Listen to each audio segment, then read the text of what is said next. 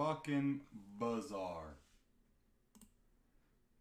Yeah, pull it up again. What?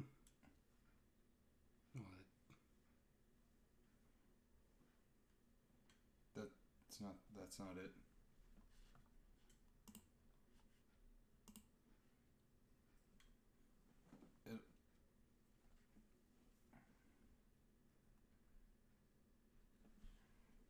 That's not it. Close your app and then open it again.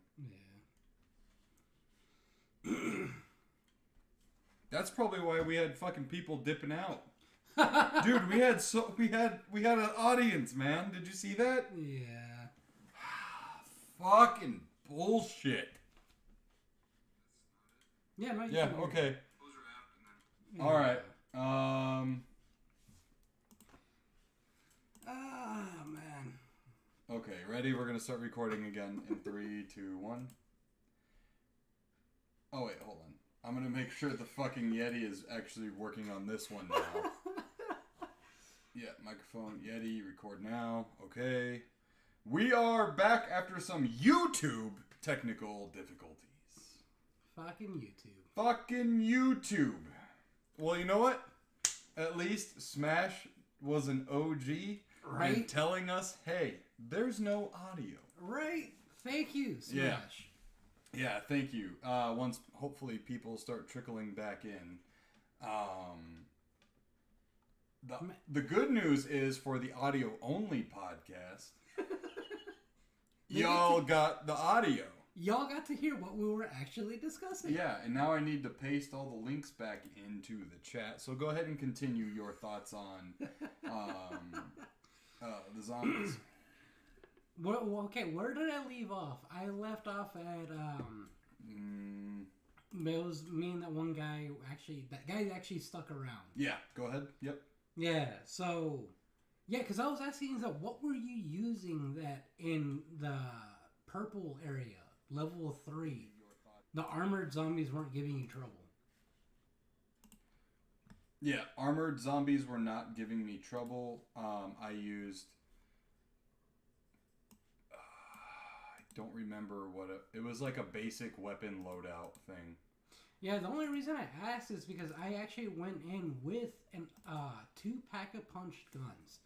One insured weapon, which is fucking dumb, whatever. And another insured, not uninsured, a weapon that you just find out in the wild. Uh-huh. I picked it up, pack-punched it, and I tried both weapons. And for the insured one, it was an LMG. Hold on. Let's change the microphone setting. Is that loud enough for you, Smash JT? All right. There you go. Change that up a little bit. Our microphone setting is very fucking high. I don't know how much higher. It's at 94%. So let me know. Here, I put it at 100. Now you tell me if that's loud enough for you. Thank you again for pointing that shit out. So our technical difficulty was fucking Streamlabs decided to change the microphone. Decided to put a bunch of numbers and random shit in as the default microphone. Which makes no sense. Makes no sense. I'm in the hot tub, so maybe the bubbles are drowning you out. Here, I'll turn the gain up all the way, too. There. The gain is all the way. The gains are high. Oh, my God. Oh. Dude. Good times indeed. Yeah, fucking bullshit. I was getting mad, too, because we were having people tune in. Because it shows you a viewer count on the Streamlabs desktop thing here. Where I got all the mixing boards and stuff. And it was showing people coming in and then leaving. Yeah. But not one fucking person was like, we can't hear anything you're saying. So thank you, Smash. Fucking bullshit. Yeah. So anyways, the good news is, on the audio only side of things, fucking Spotify was recording us just fine. they get to hear our actual, thoughts on things. Yeah, thank you, Smash. So, anyways, you like zombies. This is dragging on too long. You're a horrible storyteller. Get on with it. Well, we had a fucking situation. But get on with it, because you still weren't getting to the fucking point before. Well, the whole question was, how the fuck did you do it? Do what? Fucking get into the third zone and not have issues. Dude, fucking, I got into the third zone. I think I had, what do you call it? A fucking LMG. Dude, I had an upgraded LMG too. I don't know. And it took like 200 rounds. Were you doing headshots? Yeah, headshots. To get like 3/4 of that fucking zombie's health down. I don't know, man. Because, like, even when it came down to the final, or, like, the boss or whatever, like, on the rooftop that I was doing, I had him pretty much on my own. That guy, the other guy that I was playing with, when he jumped in, he was kind of just doing crowd control for me. Mm-hmm. And then we exfilled and easy peasy. I gotta look it up, because damn, man, I wish it was that easy. Yeah, I know, like, so... I don't know if it was maybe like my operator's skill set or whatever, but there was a vault, and I put this like vault breaker thing on it. It opened up the vault.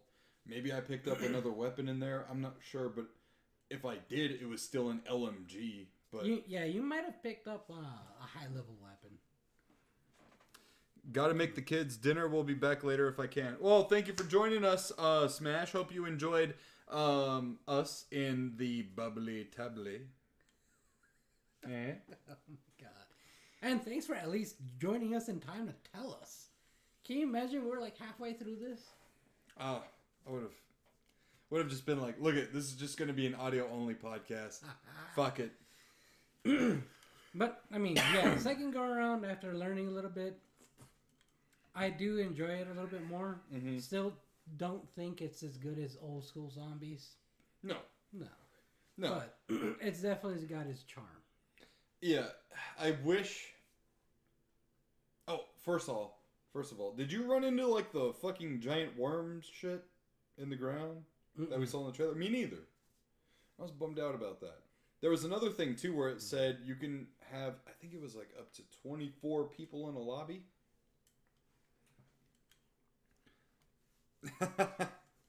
Well, thank you for watching, Smash. I appreciate the input. No, not that. The fucking viewership. Yeah, viewership. Oh, yeah. My brain's not working today. It's Monday. Yeah. Of course not. No, it's Monday. It's a holiday week. It's like my brain is trying to get through work and everything. It's a lot. Yeah. There's also a lot of other stuff on my mind that I can't speak about at the current time, so... Makes sense. Yeah. Overall, I just... Oh, actually, you know what? Speaking about that, I did see other players in the lobby. Just randomly out of nowhere. They were doing their own, like, bounties or whatever you call those things. So did you, in fact, only jump in with three people, including yourself, right? Yeah, so it was just us three in our party. Did other people join in, like, after you had started? So, other people, I don't know if they joined in or we joined in on their lobby. But, like, it was a separate party. But did you see them in the lobby? Yes. Oh, okay. Yeah, it was probably just a party then. Yeah, like, I mean... But you saw them like, on your screen before you loaded out. Oh, no. Oh. I actually saw them in the map. Oh, shooting shit up. Okay. But I didn't see them. Did they exfil? I ended up doing on my own separate thing, like away from them, or me and the other guy. So you can do like separate exfils then? Yeah, because there's different exfil locations. So is it kind of like an MMO then? Kind of. So anything you pick up in the game, yeah, like, and you exfil with, you keep. So, like, if you go in with no guns and you pick up just guns from in the lobby, or the actual map, you'll keep those. But if you lose them, they're gone. Right. And the ones that you find in the map and take with you, those are uninsured weapons, right? Yes. Yeah. Okay, yeah. Yep. Some of them are better than what you can bring in. Some of them are ass. Yeah. Just depends on what zone you're in.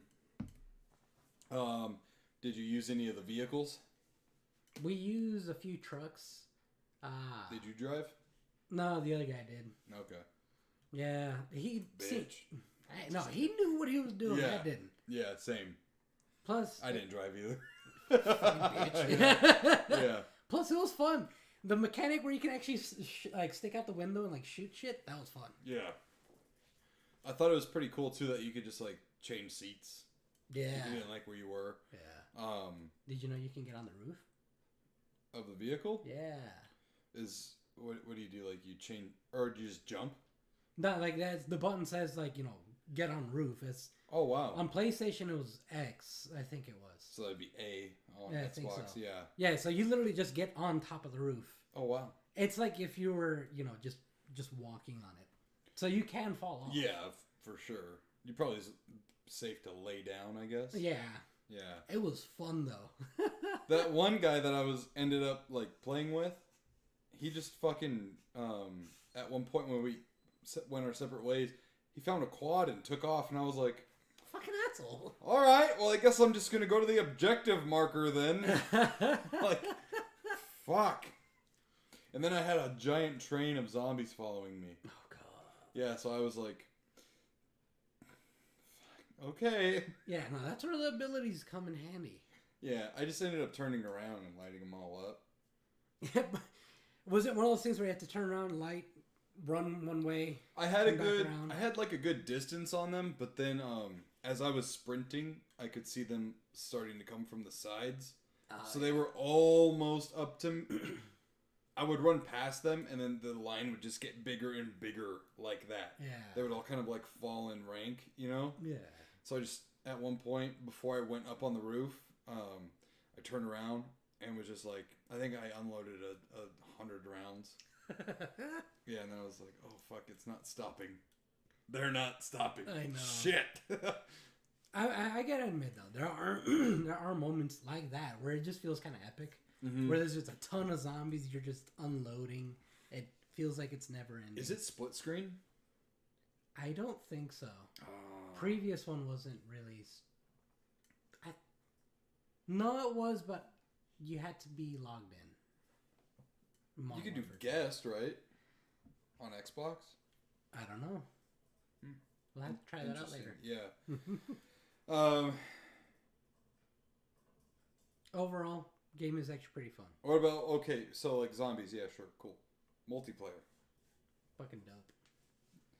The more I played it. Yeah. So the game's been like dragged through the mud, a bunch, but I haven't really seen a lot of people, especially who are like mic'd up and especially like, let's just say in game. I haven't seen people in game complain about the game at all. Yeah, no, not really. I've just run in. It's funny because like yesterday when I played with you and Tony, everybody was super cordial, super cool, everything like that. Yeah. Then today there was barely anybody mic'd up, and like the one match there was somebody mic'd up. It was on the other team. When the match ended, they were fucking going off on each other. He's like, I'm the reason we won this match. I'm the reason we won. Oh my god. Then it was like, if they had one more kill, they would beat us. What the fuck are you talking about? I was like, oh man.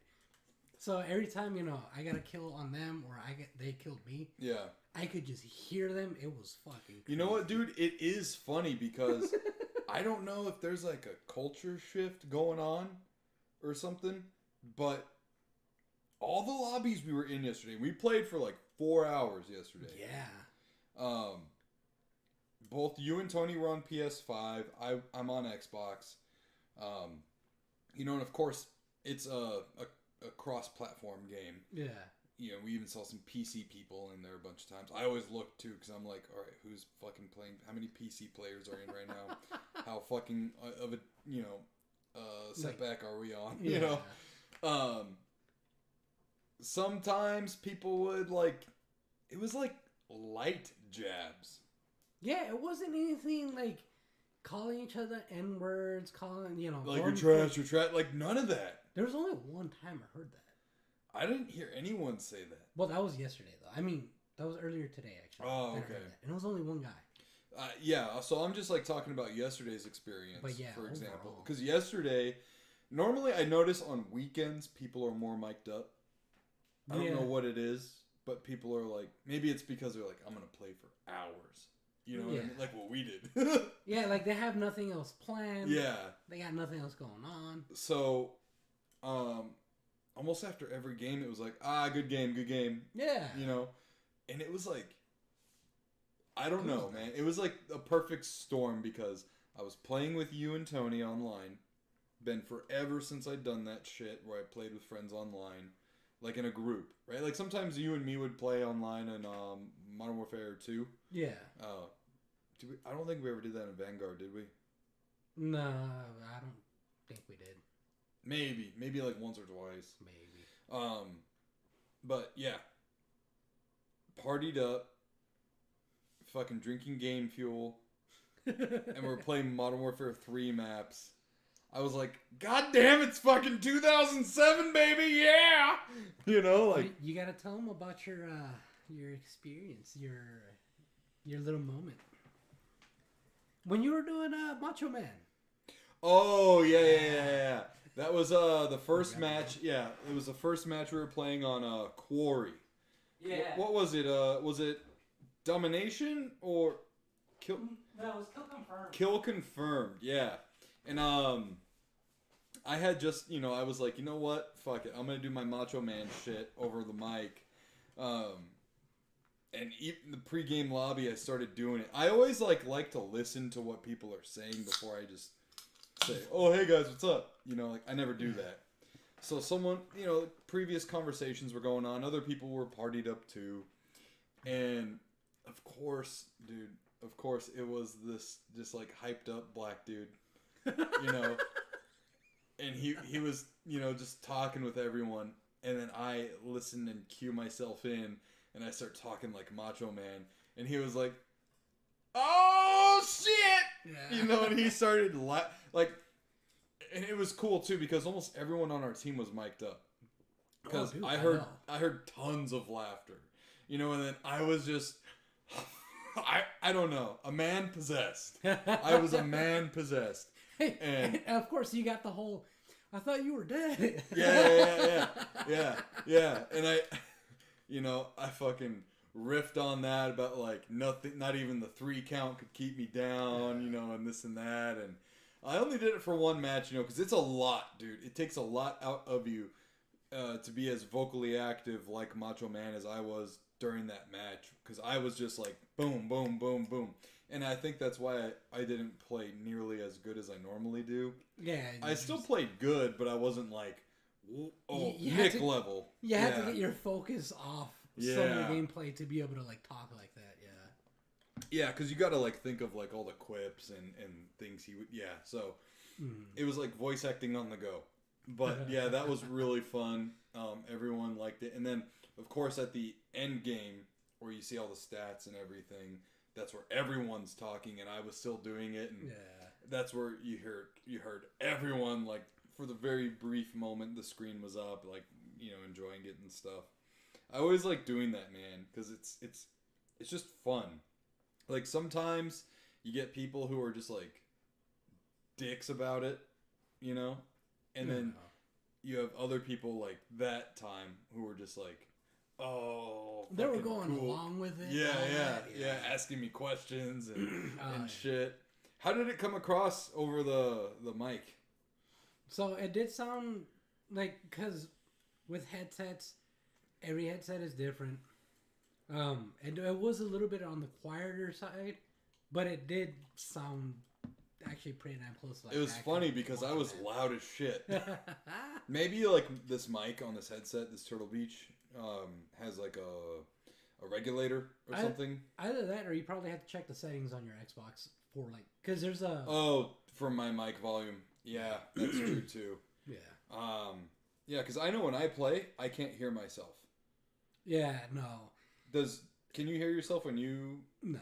Okay, yeah. It makes it difficult. Yeah. Especially if the headphone, because how does outside sound sound with that headset on. I can't really hear anything when I have this headset on.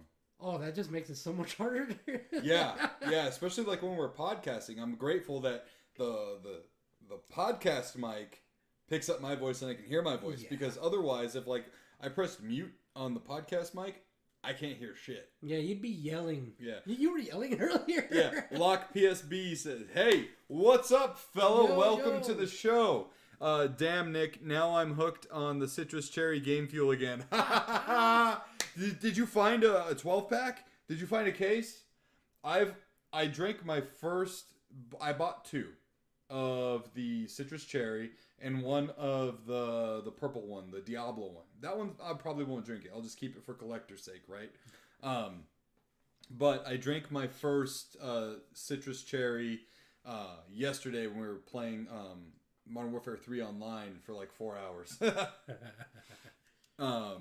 It is so good. It tastes just like fucking junior year in high school.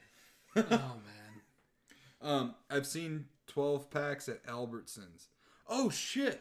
Wait, where are you located? You could just say state. You don't have to say city. But where are you located? Because we have Albertsons here. And I know, like, that chain has other names in different states. Yeah. I've been buying 20-ounce bottles. Oh, I thought I said just said 20 bottles. I was like, oh, damn. Shit, yeah. Locke ain't fucking around. Yeah, I think that's a 20-ounce bottle. Washington. Yeah. Oh, you're in Washington. Okay, so either it's going to take its time getting here, or we're going to get it shortly. Oh, getting like the 12 packs? Yeah. Yeah. I haven't gone to a grocery store probably in the last like 5 days or so.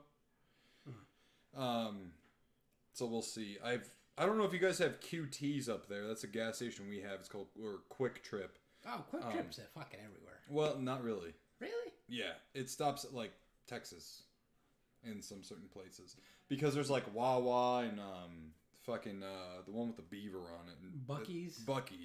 Yeah, those places are huge everywhere else. That's crazy. Well, I mean, that's Texas, though, because I know QT is, like, huge in Georgia. Like, they're everywhere.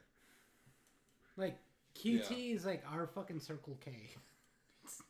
Oh, okay, you don't have them. Yeah, so that's where I found the 20-ounce bottles. Well, actually, that and Fry's, which I don't know if it's, like, Smith's or something else in Washington, but... Fry's might be Kroger. Well, yeah, it's Kroger brand. Like, everyone knows Kroger. Yeah, well... Because no matter what, at any, like, Kroger-associated store, they have Kroger products there. Well, yeah, no, it's because, like, since it's East Coast... Mm-hmm. Wait, no, he's in Washington West Coast. State. Yeah. Yeah. Okay, yeah, no, that's different then. Yeah, so... Huh. Yeah, but they also got shit like Fred Meyer and other stores like... Better shit than we have. No, it's just different. I mean, at the end of the day, like, almost every grocery store is like the same, right? Except there's one, I think it's like Aldi or something that's like fucking huge, or Publix, something like that. Yeah, I don't know. Publix. Kroger is up here, or Kroger up here is Fred Meyer. Oh, aha! There you go, motherfucker. Yeah, that's so crazy. So, anyways. Glad you joined the stream when you did, because we had technical difficulties earlier. Streamlabs decided to just completely change the microphone settings on us.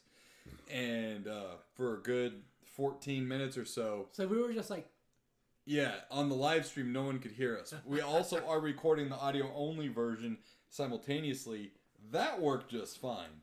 But yeah, glad you're here. Smash JT was telling us that he couldn't hear us at all, and same thing with I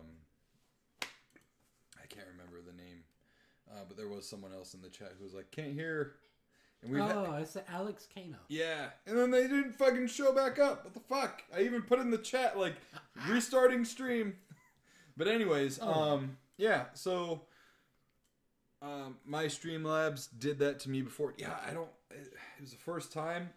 I should have checked, because I didn't even look down here in the mixer.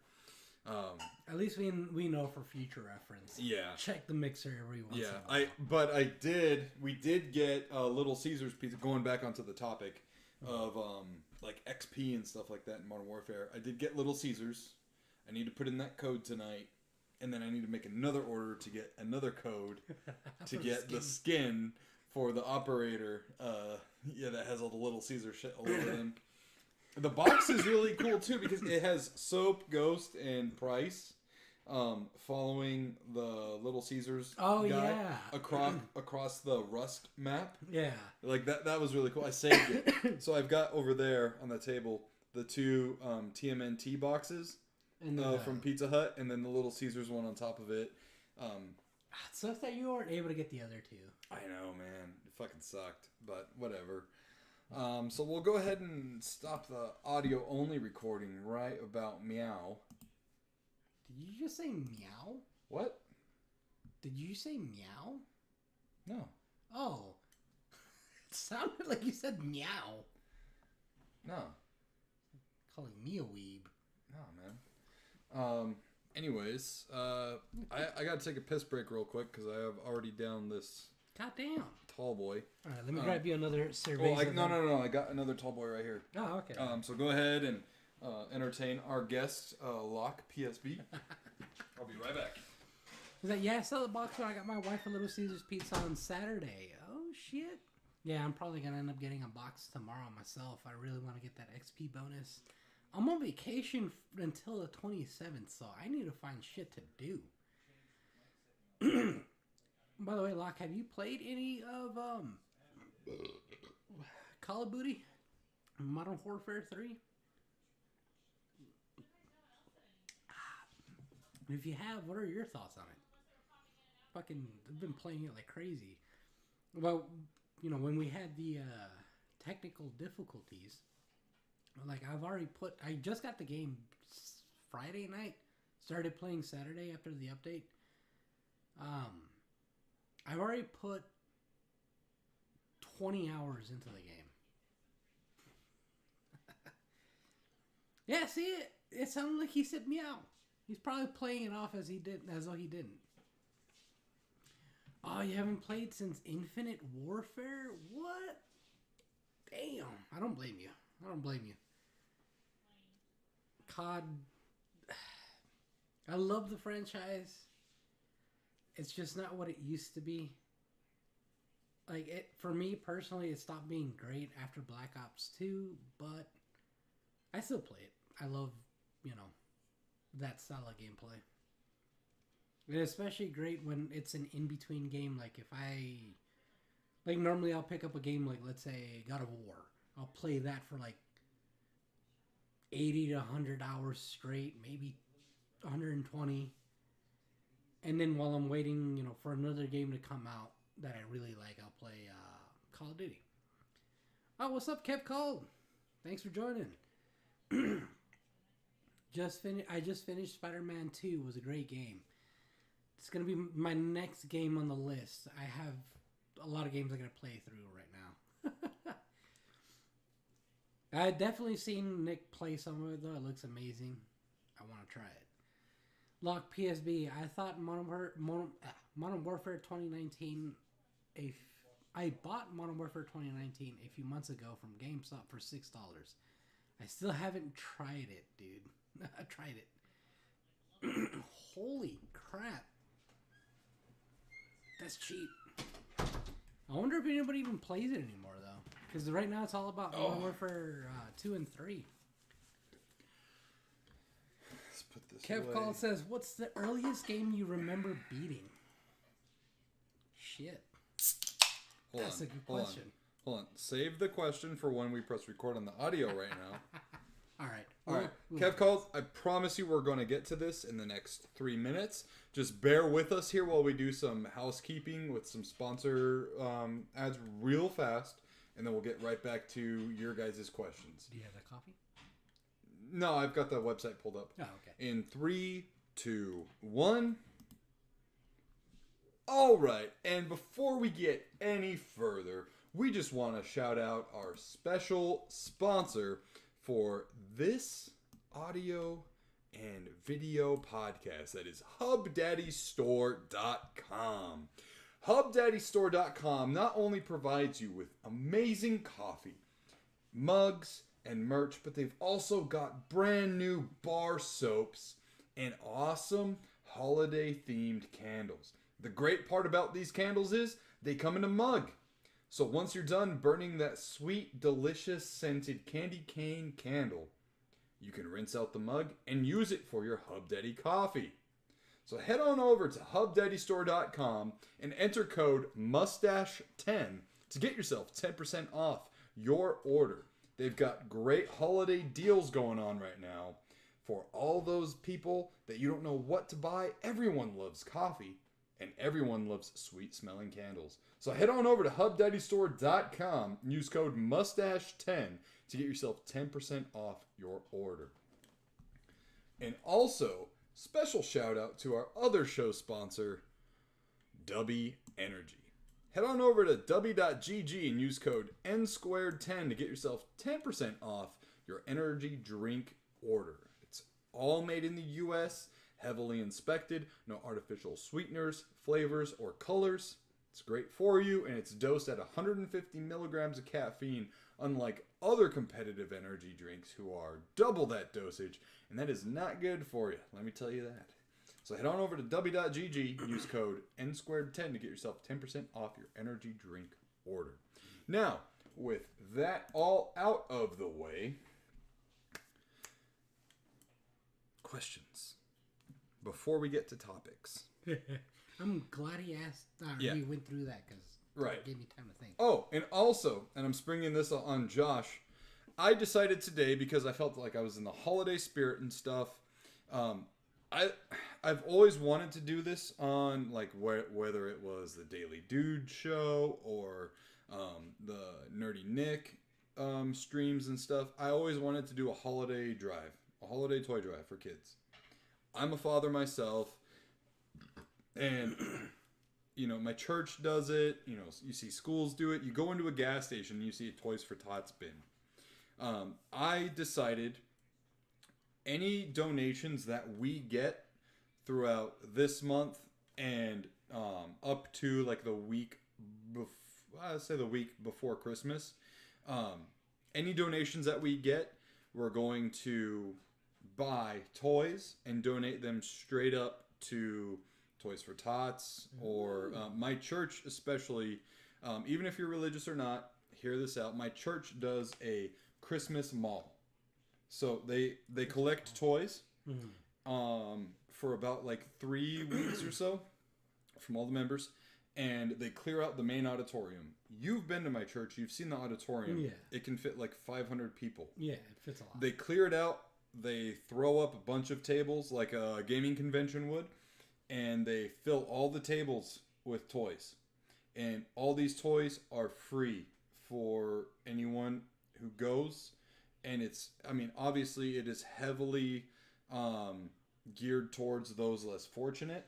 Yeah. If you go and you have like a Rolex on your wrist, they're going to be like, hey, bro, we're not going to kick you out, but like, can you like think about what you're doing? Yeah. You know what I mean?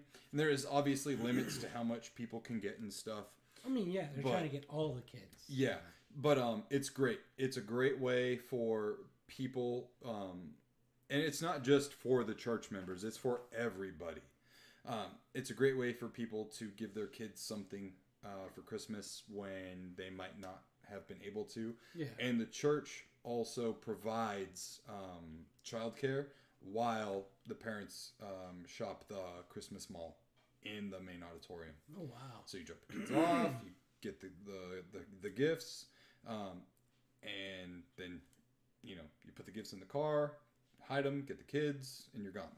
Done. Wow, nice. So any donations that we get throughout this month and leading up till the week before Christmas is going to be for Christmas gifts for underprivileged kids. And I will specifically take Evelyn to the store and pick out what she thinks would be best for kids within the monetary means that we get. So if you feel it in your heart, guys, $5, $1, anything. Just know that this is going to go straight up to a kid who will Absolutely love it. I'm not gonna lie, I'm holding back a lot of tears because I think this is probably one of the most noblest things that I've done within the like social media gimmick. You know what I mean? So Yeah. I feel it in my heart. I really want to do it, and I really hope that our community will be a part of this. Either way, I know I'm going to do my part. We get no donations, fine. I'll still pitch in, Yeah. and buy something because, bro, like Christmas is just like it's one of those holidays that just gets me, you know, in the gut. You know, 'cause I'm a toy collector. I'm a kid at heart. Yeah. And I don't want any kid to wake up and not get anything. You know what I mean? Like, Yeah. I know it's not just about the holidays, not just about gifts, but still, you know. So, anyways, the link to that obviously is just at the top of the chat. So if you feel inclined, $5, you know, $10. I mean, 2 of these beers is $10 right there. So if you feel it in your heart, guys, that's all I'm asking. Now to get to your guys' questions. Sorry about getting all preachy and stuff. Kev called says I just finished Spider-Man 2. Was a great game. Not gonna lie, I was making really good progress on that right before I got Call of Duty Modern Warfare 3. Right. So I need to find a balance now. Because if I don't find a balance, it's just going to be Call of Duty, and that's all I'm going to be playing. Trust me, you're preaching to the choir. Yeah. I've had that issue before. Yeah. And then Kev called asks, it's right here. Okay, what's the earliest game you remember beating? So, Josh? Omega Boost.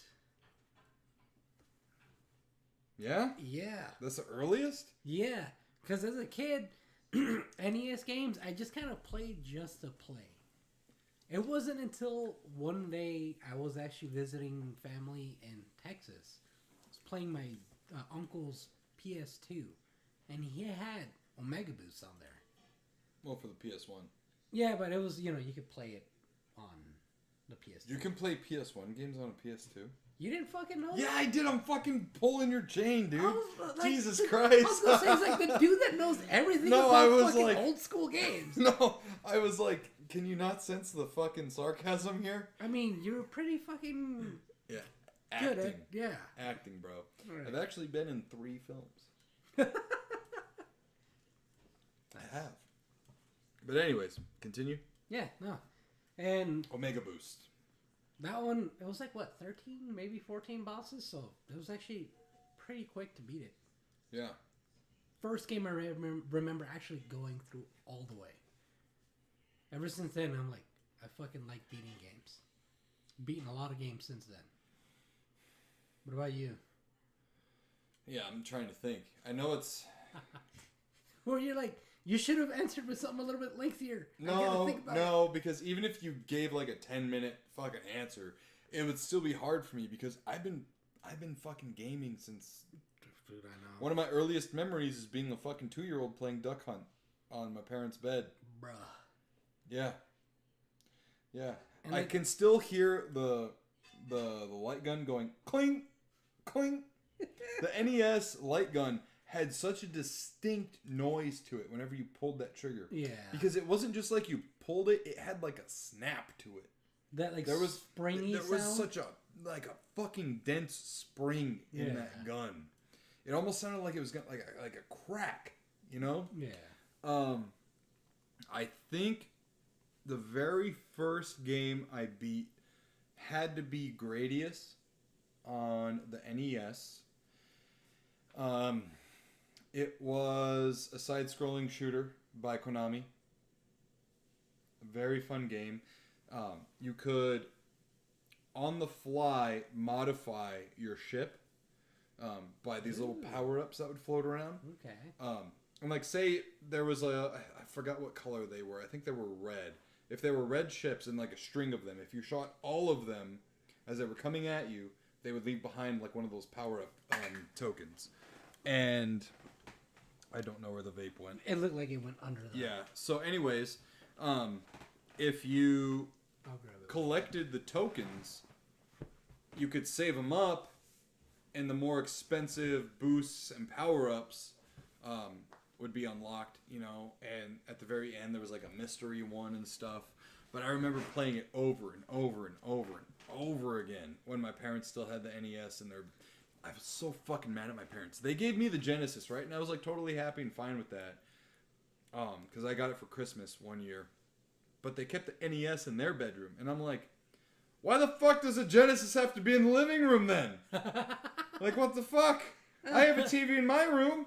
Why can't I have the Genesis in my room? Oh my god. Yeah, but they were like, well, you know, you're going to stay up too late or whatever. I'm like, I already watched Beavis and Butthead at 11.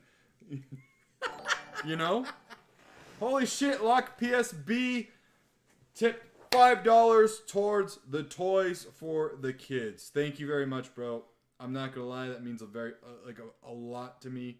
A lot to me. Like I said, this is just something in my heart, man, and I appreciate that so much. Throughout the whole time, my gratitude is eternal. Thank you very much for that. You're gonna make one kid very happy. I guarantee you that. Whether we reach one kid or 20, you made a kid very happy by doing that, man. Thank you. It's a very selfless act of kindness. But yeah, had to be Gradius. Or Gradius, however people fucking pronounce it. We'll go with Gradius, because that's how I've heard it. Yeah. Yeah. And then Locke says, for me, probably Breakthrough on the NES and no problem. Breakthrough. No, I'm thinking Breakout. What is Breakthrough? I'm going to Google that real quick. Pull that shit up, Jamie. Wow, Jamie, pull that shit up. Did you see that The Rock was on Joe Rogan's podcast? What? Yeah. Really? Yeah. I think that might be, like, no lie, the biggest game. Breakthrough.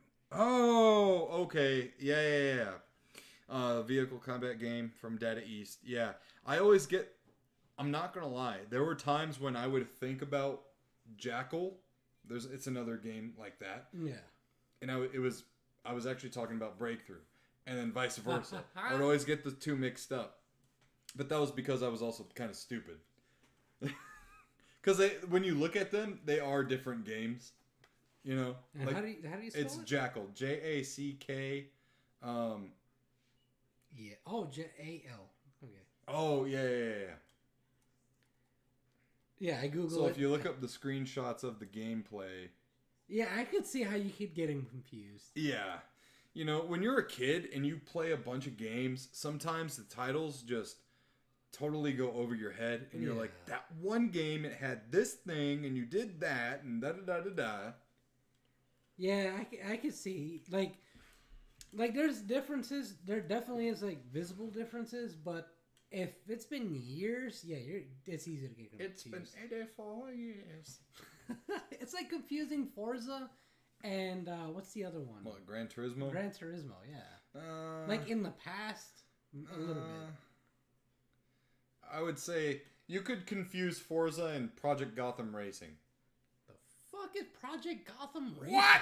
It was an Xbox title, like OG Xbox. Okay. Yeah, I remember my friend Carlo, the one you met.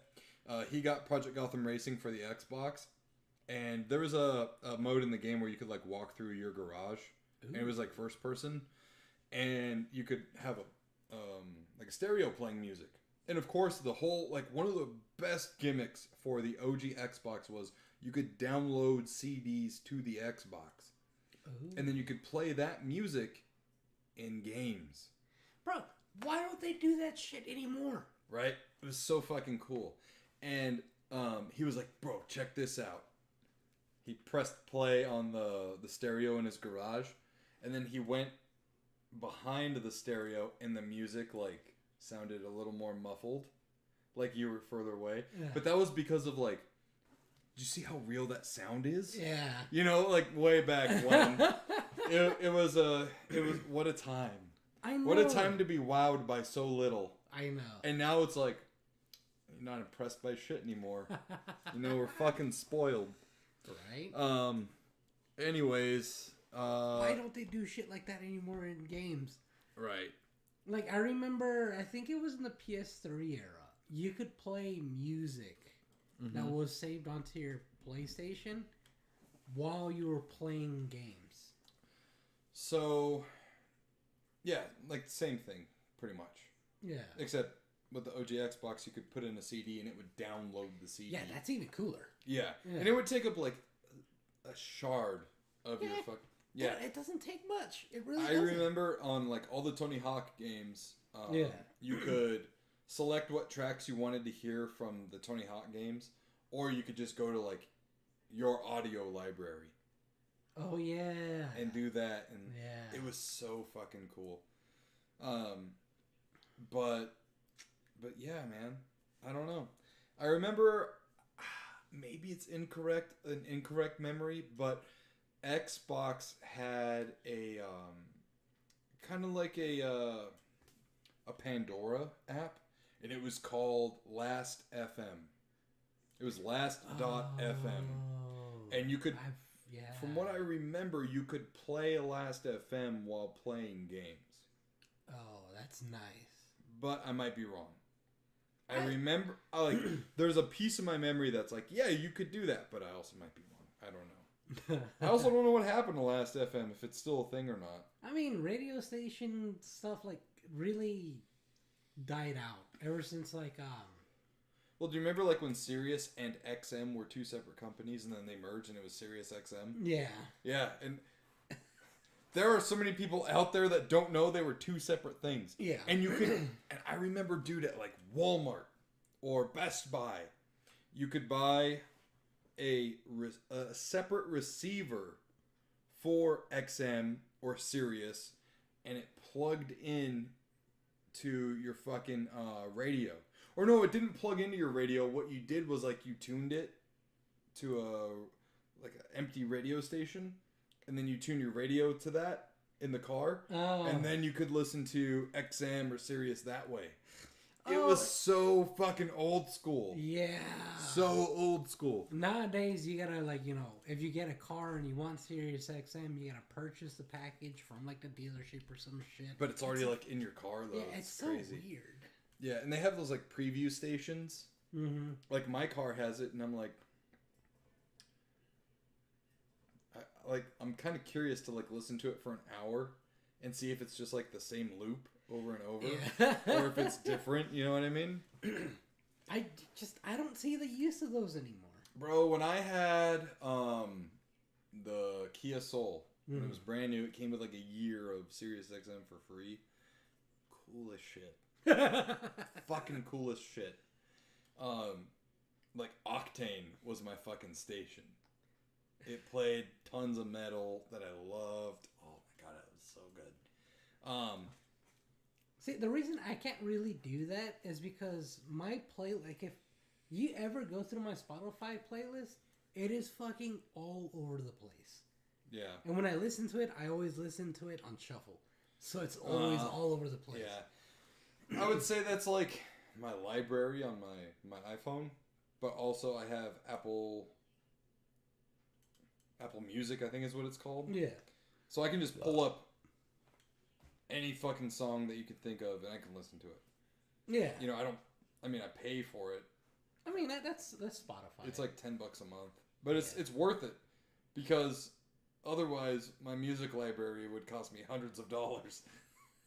I mean, we're probably in the thousands now, to be honest. Dude, I can't imagine. Like, mine is only like a couple hundred songs, and it's already like at 12-something hours long, the playlist itself.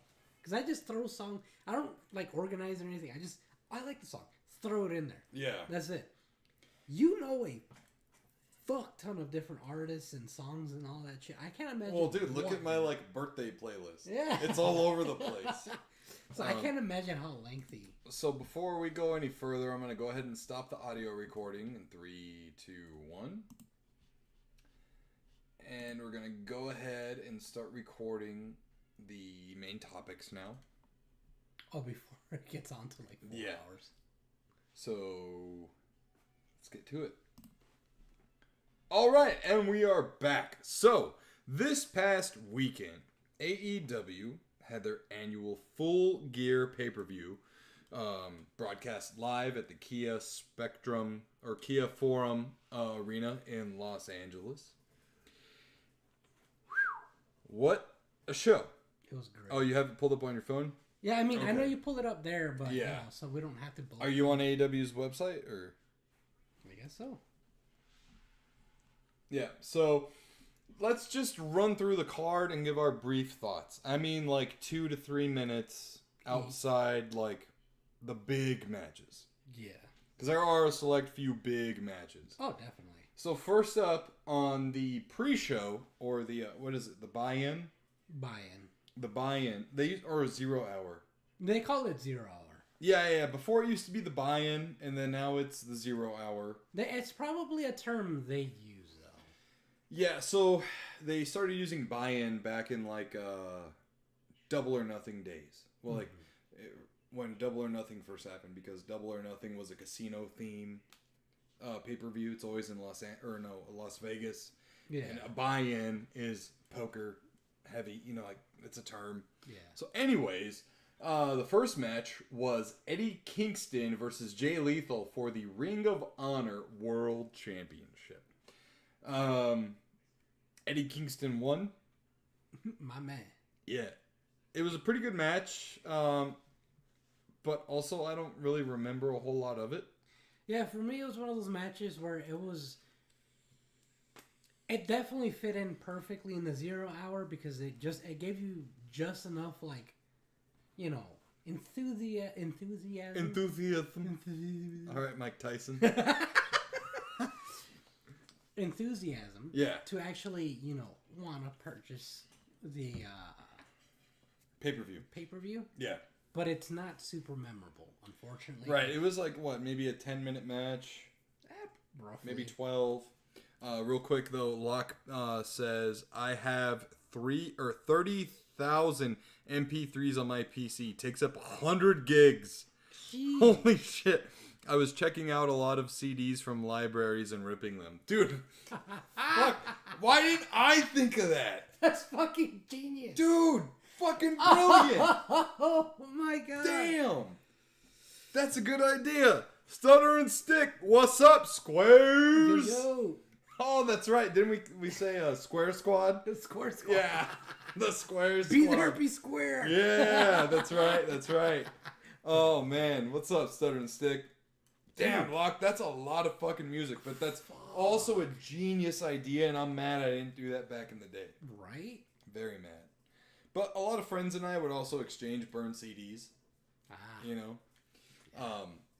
So, yeah, what I did like, though, at the end of the first match in the 0 hour was Eddie Kingston was like, he took the mic from the interviewers and was like, yo, thanks for watching the 0 hour. I know it's free and all that, but we got a lot of shit on the pay-per-view. Check out the pay-per-view. Da-da-da-da-da.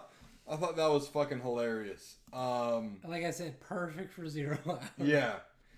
Next up was Claudio Castagnoli versus Buddy Matthews. I'm not going to lie. There was a lot of conversations going on during this point in the preliminary matches before the pay-per-view. Claudio won. I didn't see anything happen, to be honest. The only thing I did see was after the match, Claudio tried to shake Buddy Matthews' hand. Buddy Matthews kind of looked like he was going to shake his hand and left, like a sourpuss. Yeah, I don't remember that match at all. Yeah.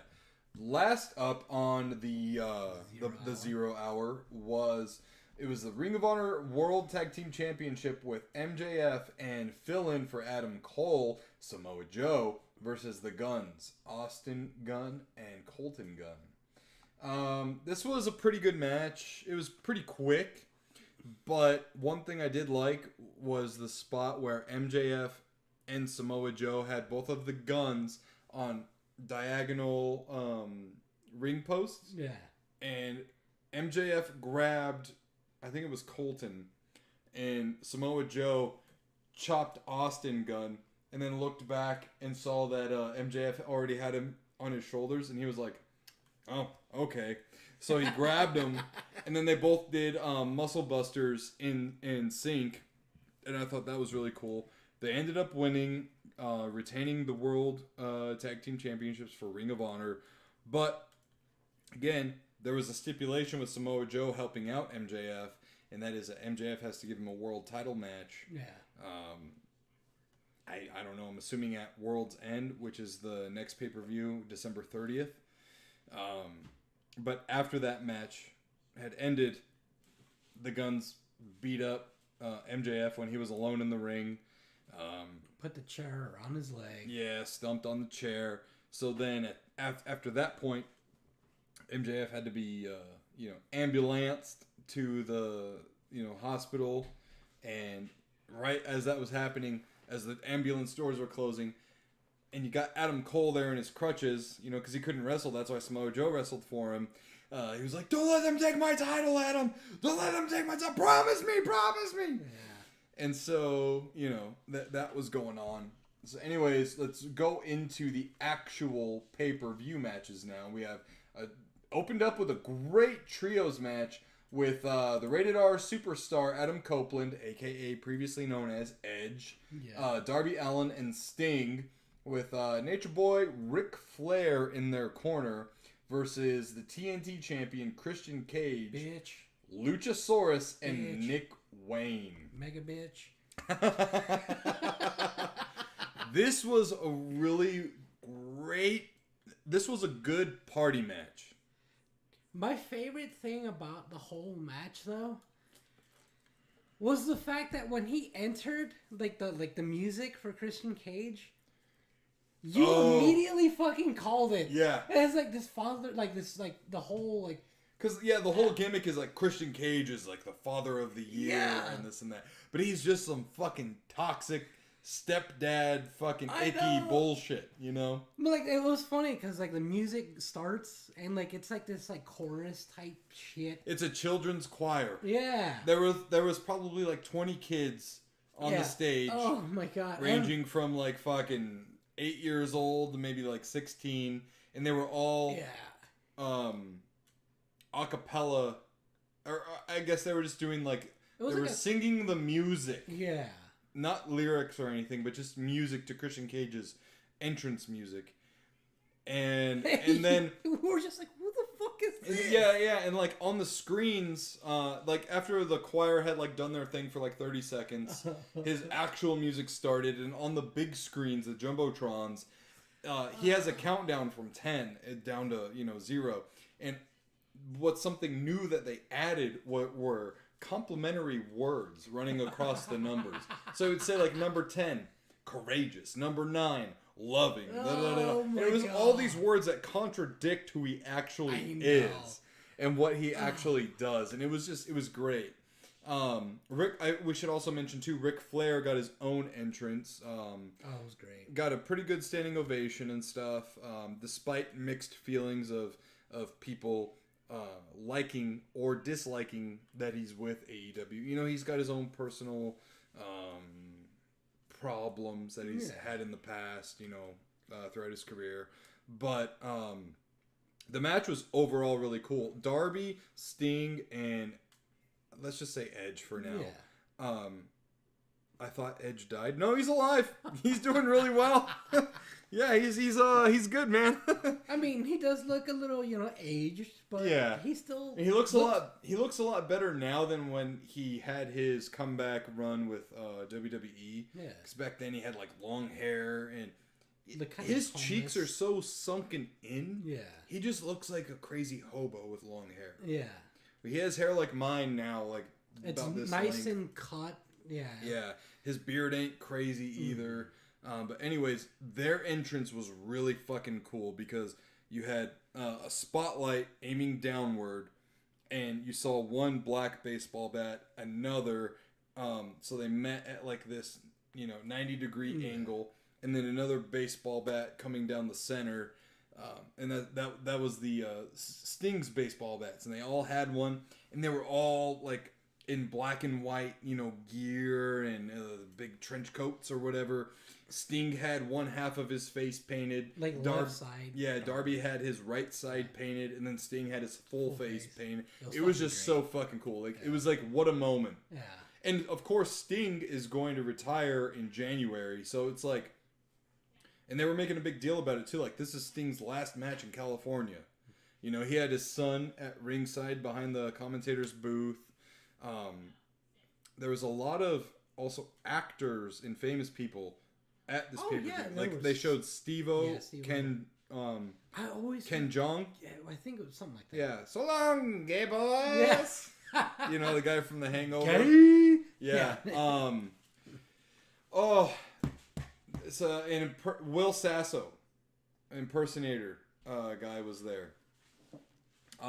He was on Mad TV and shit. And then I couldn't paint. I cannot remember the guy's name, but he was an American Gladiator. He also did stunt work for Sting at some point or another, or was like a double during the WCW days. He I don't remember what the angle was. But he was also in Mortal Kombat 2, or Mortal Kombat Annihilation. He played Mortaro. But anyway, he was there. He hugged Sting after the match. It was a really good match. Good guys won. A lot of teasing between Edge and Christian. No real physical contact happened between them, which is good because you want to build up that tension and want to see them get at it. But you're going to have to save that for a very big moment. I mean, yeah, the only thing is the way Christian Cage did it, though, just every time he did it, made him look like a bigger and bigger bitch. But that's great heel work, I mean, yeah, you're right, but still looks like a bitch. So after this match, Tony Schiavone was on the ramp with ref Bryce Remsburg and called out representatives of Bullet Club Gold, the Guns. Instead, Switchblade Jay White came out. Tell them, old man, said Jay White. So anyways, apparently there was a stipulation to where if MJF couldn't defend his championship, it would default go or be awarded to Jay White, which doesn't make any sense in my personal opinion, because if, like in the UFC, for example, if a champ can't defend the belt, 9 times out of 10, the match gets rescheduled for another fight, or another date, or whatever. Sometimes, though, like, I think it was last weekend, John Jones couldn't defend the heavyweight title because of a serious injury, so he had to vacate the title. See, like, if it's something like a major injury where they know he's going to be out for months upon months, possibly over a year, that's understandable. Yeah. They got to keep the show going. But if it's an injury that they're like, all right, we need to find out, or it looks like it's going to be something that's like a few weeks. Yeah. Fuck it. Reschedule. Another date. Yeah, another time. So, right when they were about to award Jay White the AEW heavyweight title, Adam Cole came out and was like, nope, I'm going to fight. And he's like on his crutches and a foot in a boot. He's like, I'm going to take on Jay White in the main event, da-da-da-da-da. And so it was made official. A lot of people online are complaining that had happened. Because they're like, what? He couldn't defend the tag team belts with MJF in the pre-show, but he got medically cleared all of a sudden to fight in the main event? Yeah. I have my thoughts on that. And we'll talk about that when we get to the main event. Okay. So anyways, that match had been set for the main event. And then next up we had AEW International Championship, freshly squeezed Orange Cassidy versus Blackpool Combat Club's Jon Moxley. This was a pretty good match. Yeah, this was a pretty good match. Orange Cassidy, he got taken to pretty much right in the beginning, but I want to say after about 5 minutes, it was all Cassidy, and he was just after Jon Moxley, and it was really violent, very opposite his character gimmick. Yeah, it looked like he was out for vengeance. Yeah, I mean, he really was. I thought Moxley was going to get the belt. 100% thought he was going to. But I called it, though. Yeah. Called it. But Orange Cassidy ended up retaining, and I'm excited to see where they're going to go now with Orange Cassidy and his character, because he does have more of an edge to him, although he is that kind of like cool guy who doesn't really care about shit. So it's going to be interesting to see where they go. That's something that's going to make me want to tune in to Dynamite to see what's going to happen. So it's going to be, his new thing is basically going to be freshly squeezed extra pulp. Oh my gosh. Yeah. So after that, we had AEW Women's World Championship match. Hikaru Shida, the champion, versus Timeless Toni Storm. I'm not gonna lie, this match kind of sucked. Yeah. It was lackluster. I mean, look at anything professional wrestlers do in the wrestling ring is extreme. It's dangerous. Like, definitely. You feel everything. You feel everything, okay? Excuse me. But it still sucked because of the antics within the match. Like, Toni Storm didn't win clean. She was cheating. You know, her tray that had, like, her shoes and shit. Like, she had stuff, I think it was the metal tray, on the backside of her trousers. Mm-hmm. You know how she does the sweet cheek music. Yeah. So she runs across the ring while the opponent is sitting down in the turnbuckle. Yeah, like she runs full speed, turns around at the last second, throws her ass out right into the head of her opponent, causing severe whiplash. Honestly, that move alone is brutal. Yeah. But like the items in her pants were like slipping down and stuff. It did not work. And I'm tired of seeing Hikaru Shida being treated like a transitional champion. Where they're like, we don't have any major plans for anyone to be champ right now, so we're going to put the belt on you. And you'll kind of carry the title for a little bit, and then we're going to give it to somebody else after you. And they've done that to her twice now. And I'm fucking tired of it. Like, she's worth more than just being a transitional champ. Yeah, like, you know, she has a pretty good wrestling style that's worth watching. Mm-hmm. Unlike Toni Storm. Yeah, Toni Storm is pretty basic, all things considered. There's nothing that really stands out that wows me whenever she gets in the ring, other than the sweet cheek music. Yeah, I mean, but you can only do that like once or twice in a match. Yeah, because you know what I mean? Honestly, that could like, definitely really hurt somebody. That could break someone's neck. I'm not gonna lie. Yeah. That move could literally break somebody's neck. Toni Storm won. She got her flowers, you know, and this and that. Her whole gimmick is the 1950s Hollywood starlet, you know. So it's more like the 1950s Hollywood harlot. Yeah, no, for real. Her motto is chin up, tits out, and watch for the shoe, because she throws shoes at people. Oh my god! And it's funny she says tits out because she's like not even an A cup. She flat. Yeah. I mean, like. Maybe it's part of the joke, or maybe it's... I don't know. I'm not body shaming here, I'm just saying. Like, I don't get it. Okay, so this was noteworthy. Eddie Kingston was backstage getting interviewed by Renee Paquette after his Ring of Honor title defense.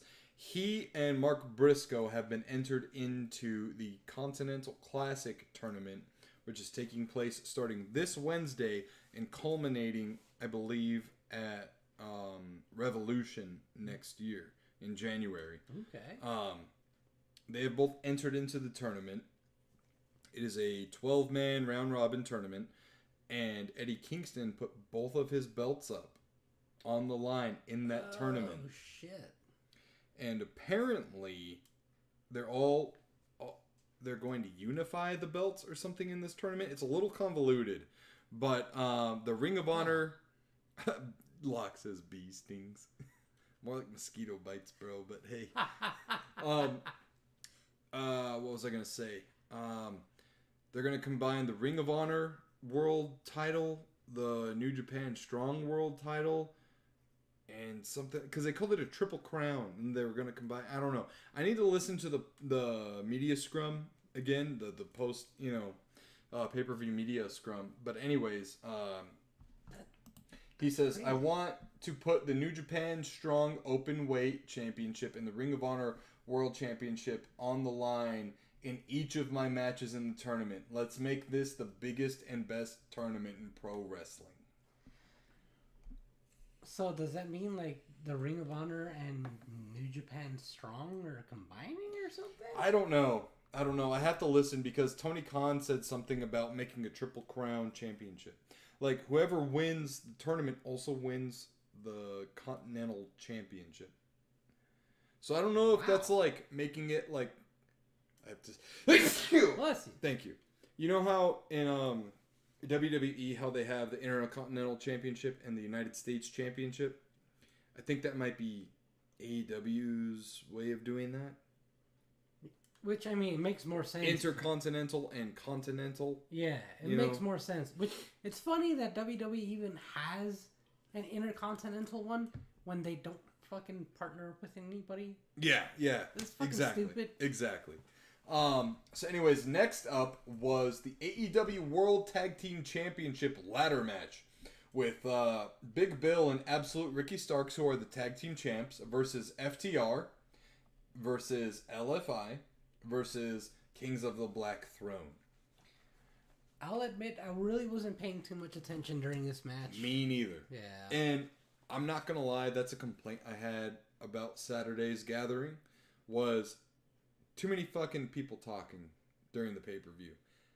I put money down into this. You didn't, Tony didn't, Sammy didn't, Angie didn't. I did. Like, I paid for the pay-per-view. Yeah. And everyone's just fucking talking their heads off about politics and this and that and the other thing. And I'm like, this is $50 that I just spent that I'm not going to get back, that I'm only going to get through my enjoyment of watching this pay-per-view. Mm-hmm. I probably got $30 out of that $50 this time around. You know, normally when we have everyone over and watching the pay-per-views and stuff, everyone's watching. There might be side conversations going on, but this time it was just like, and I'm like, what the fuck, man? Yeah. Not only is it my wedding anniversary and y'all are chatting your heads off about other shit that we're, like we're here to celebrate our wedding anniversary. We invited you guys over, But then we paid for the pizza, we paid for the pay-per-view, we paid for the snacks, we paid for the drinks. Mm-hmm. Like, our wedding anniversary, and we threw the party and we spent all the money. Should be the opposite. No offense, bro. But I was like, I missed out on like 3 matches because everyone kept having fucking conversations and shit. So anyways, can't really say much about this. The tag team champs retained. Moving on. We had the TBS championship match between Chris Statlander, who's the women's champion, versus Julia Hart versus Sky Blue. This was one of those other matches where I was kind of in and out of it because a lot of people were talking. But I did see some spots in this match that looked pretty brutal. This is one of those matches where it pissed me off because of who won.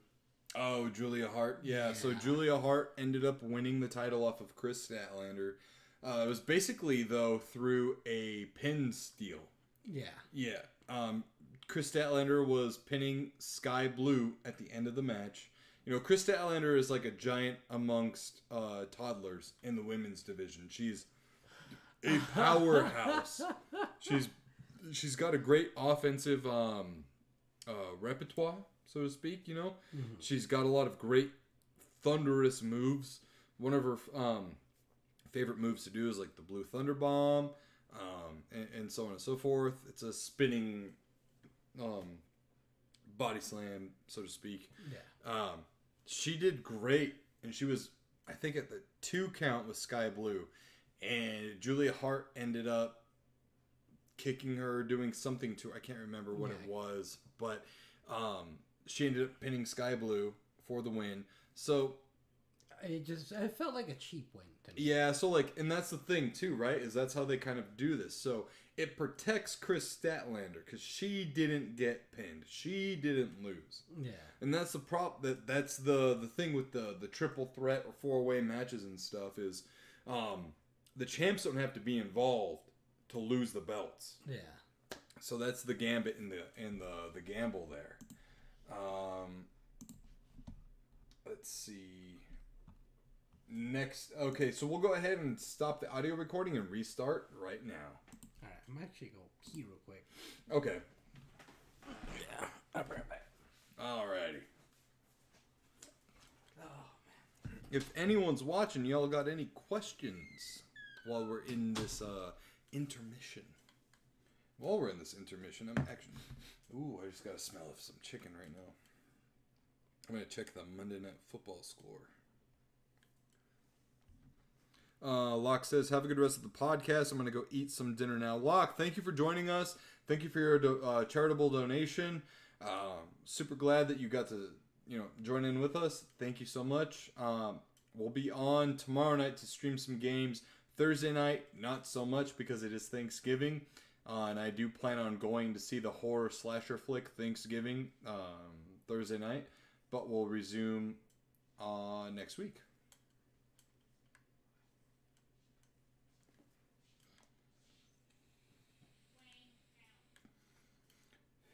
Oof. Eagles playing like shit. That's not good.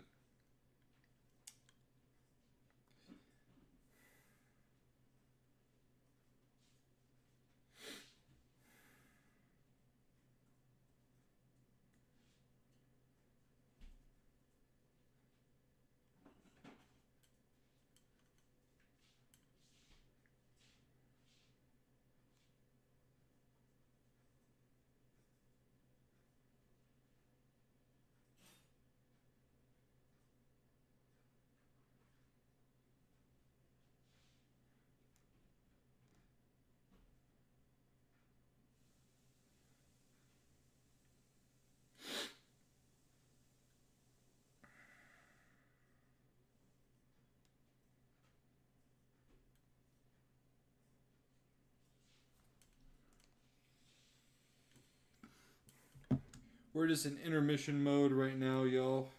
Waiting for Josh to finish up his pee break. So we can resume the breakdown of AEW Full Gear. Ah, he's back. Okay. So Locke, what? No, I saw. Yeah, I pulled it up. Locke is heading out. He's going to have some dinner right now. All right. Well, you have a good night then, Locke. If he's still there. We've also got some other people here who have yet to chat. Please make sure to hit that thumbs up, like the stream, please, if you would. It helps us out greatly. Also, subscribe if you're new and click that bell for notifications. That way you always know when we go live. We're in Arizona. No, I'm good. We're in Arizona, so our time zone does not change like everyone else's. So just click the bell for notifications. That way you know when we go live and you don't have to worry about trying to map out the whole time frame gimmick. You ready? Ready. All right, and we are back. And real quick, once again, shout out to our sponsors, Hub Daddy Store. Head on over to hubdaddystore.com where they supply great scented bar soaps, amazing scented sweet candy cane holiday candles. And that candle right there, folks, is perfect because not only does it give you a sweet smelling candy cane scent to fill up the holiday aroma in your home, but once that candle's all burnt out, you can rinse out that mug and use it for your Hub Daddy coffee. They've got great deals going on right now, and to make it even better, we'll give you guys the code MUSTACHE10. Use code MUSTACHE10 at checkout to receive 10% off your first order. So head on over to hubdaddystore.com today. Alrighty. It's a great fucking code right there. Yeah. Now I feel like stuck though, because I'm like, what if I want to shave it? I'm not gonna lie, there's been temptation to get rid of it. Anyways, moving on down the card. Will Ospreay has signed a deal to be full-time with AEW. Huge news. This is it's not gonna lie, it's major. This could be like a whole topic on its own, and it really should be. But the long and short of it is, he's still contracted with New Japan Pro Wrestling up until February. Oh, okay. And once he's done with that contract, he will be full-time AEW. Wait, so he doesn't have like a non-compete with, like, that's kind of weird. No, because he's letting his contract expire. He's not going to re-sign. You only have a non-compete if you get, like, terminated from your contract. Or you, like, cut it off early yourself.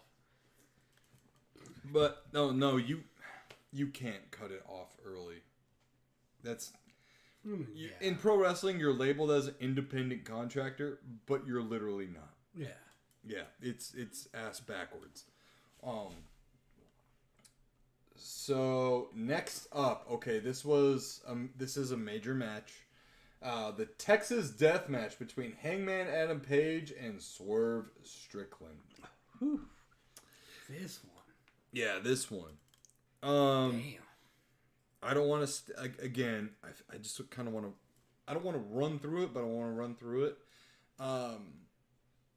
Most violent pro wrestling match I've ever seen. This was the most brutal, unhinged, bloody, unscripted, violent match I've ever seen. Ever. Yeah. And it's coming from two dudes you wouldn't expect. Like, you'd think... I would expect it out of Hangman. If you had listened to the commentary before the match had started, they had said that Hangman was undefeated in Texas Deathmatch matches.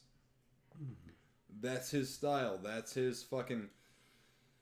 When Hangman is given no limitations, he is all fucking nuts and brutal and hardcore, and not in like the cheap indie wrestler way, like breaking glass tubes and doing all the fucking shock and horror for shock and horror's sake. It's all like meticulous, you know what I mean? Hangman to me is like 2 adjustments away from being the next Stone Cold Steve Austin. For real. They both wear the fucking vests. They're both, you know, like fucking hell yeah, and drinking beer and, you know, badassery. It's just Hangman is the millennial Steve Austin. Because there's a lot of storylines with him and depression and anxiety and stuff like that. Yeah. So, but this one was just fucking chef's kiss. Other than the outcome, I was not happy with the outcome. Look, I don't know what it is, and it's not Swerve's heel work. I just don't like Swerve. Yeah, no. Like, he's got a face I could punch for fucking infinity and beyond. I don't care if he's like the nicest guy around, backstage, this and that. I don't like him. I don't like him. For me, it's like if... I don't know, like, him as a personal... Like, knowing him personally is completely different. Him as Swerve Strickland, strictly speaking. I don't like him either. The thing is, I can say if he truly is a good person outside of AEW, then fucking A, much respect to the fucker, because he makes me hate him. Yeah. Right, yeah, no, and like, him and his clique do a really good job at that. They, like, especially like Prince Nana and his stupid fucking dance that he does and shit. Like, I don't fucking want that shit in my pro wrestling. If I want that shit, I'll tune in to WWE. You know what I mean? Yeah. In AEW, I want the best in-ring work. Because AEW started off as being sports-centric. Yeah. With the rankings, so on and so forth. If you want to know more, listen to our last episode titled How to Fix AEW. We went pretty in depth in that. Yeah, about 3.5 hour conversation. Well, 3 hour. We'll say 3 hour conversation on that. Yeah. Yeah, or maybe 2.5. Total episode length was like 3 hours and 30 some odd minutes. Almost 4. Yeah.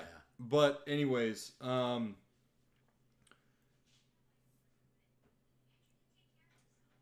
personal feelings of Strickland aside, Swerve aside,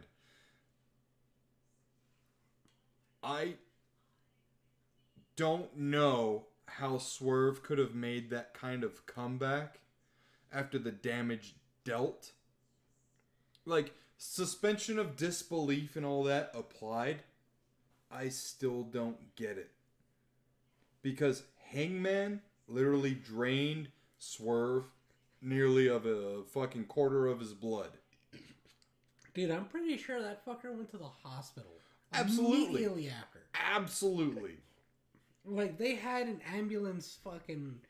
I mean... ready to go. I don't know if he showed up at the media scrum or not, but...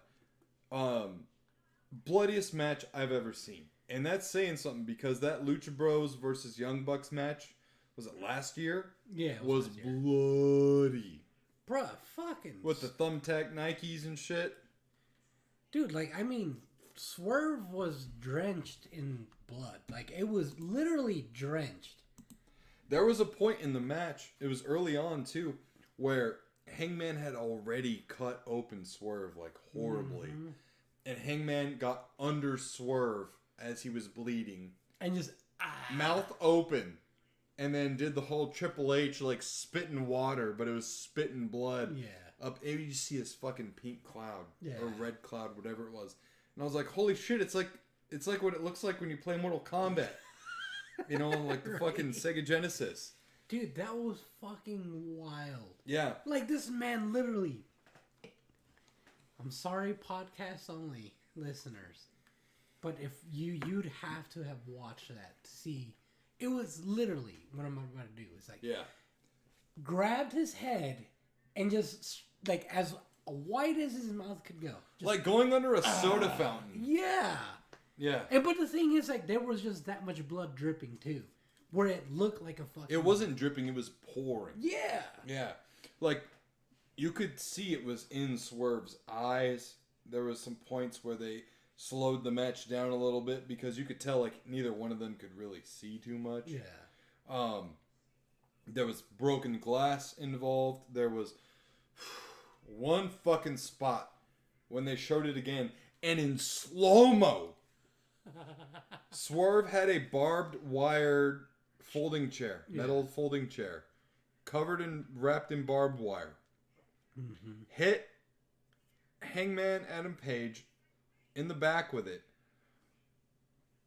One fucking lone, I don't know what you would call it, like rung of barbed wire decided to leave where it was on the chair, and as the impact happened and the whip motion happened, it left the chair and went around and hooked onto Hangman's face. And it was like perfectly diagonally across his face. Right? There was a barb that nearly missed his eye. Yeah. And then another barb that was in his mouth. Yeah. It was the gnarliest fucking thing. And for them to show, like, normally, you know, when you see a replay, it's like just ba-boom, boom, right? Yeah. They fucking slow-mo'd that shit all the way through. Yeah. And you know for a fact, too, like, WWE is notorious for this.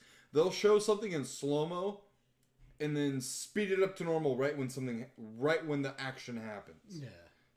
To hide the fakeness of it.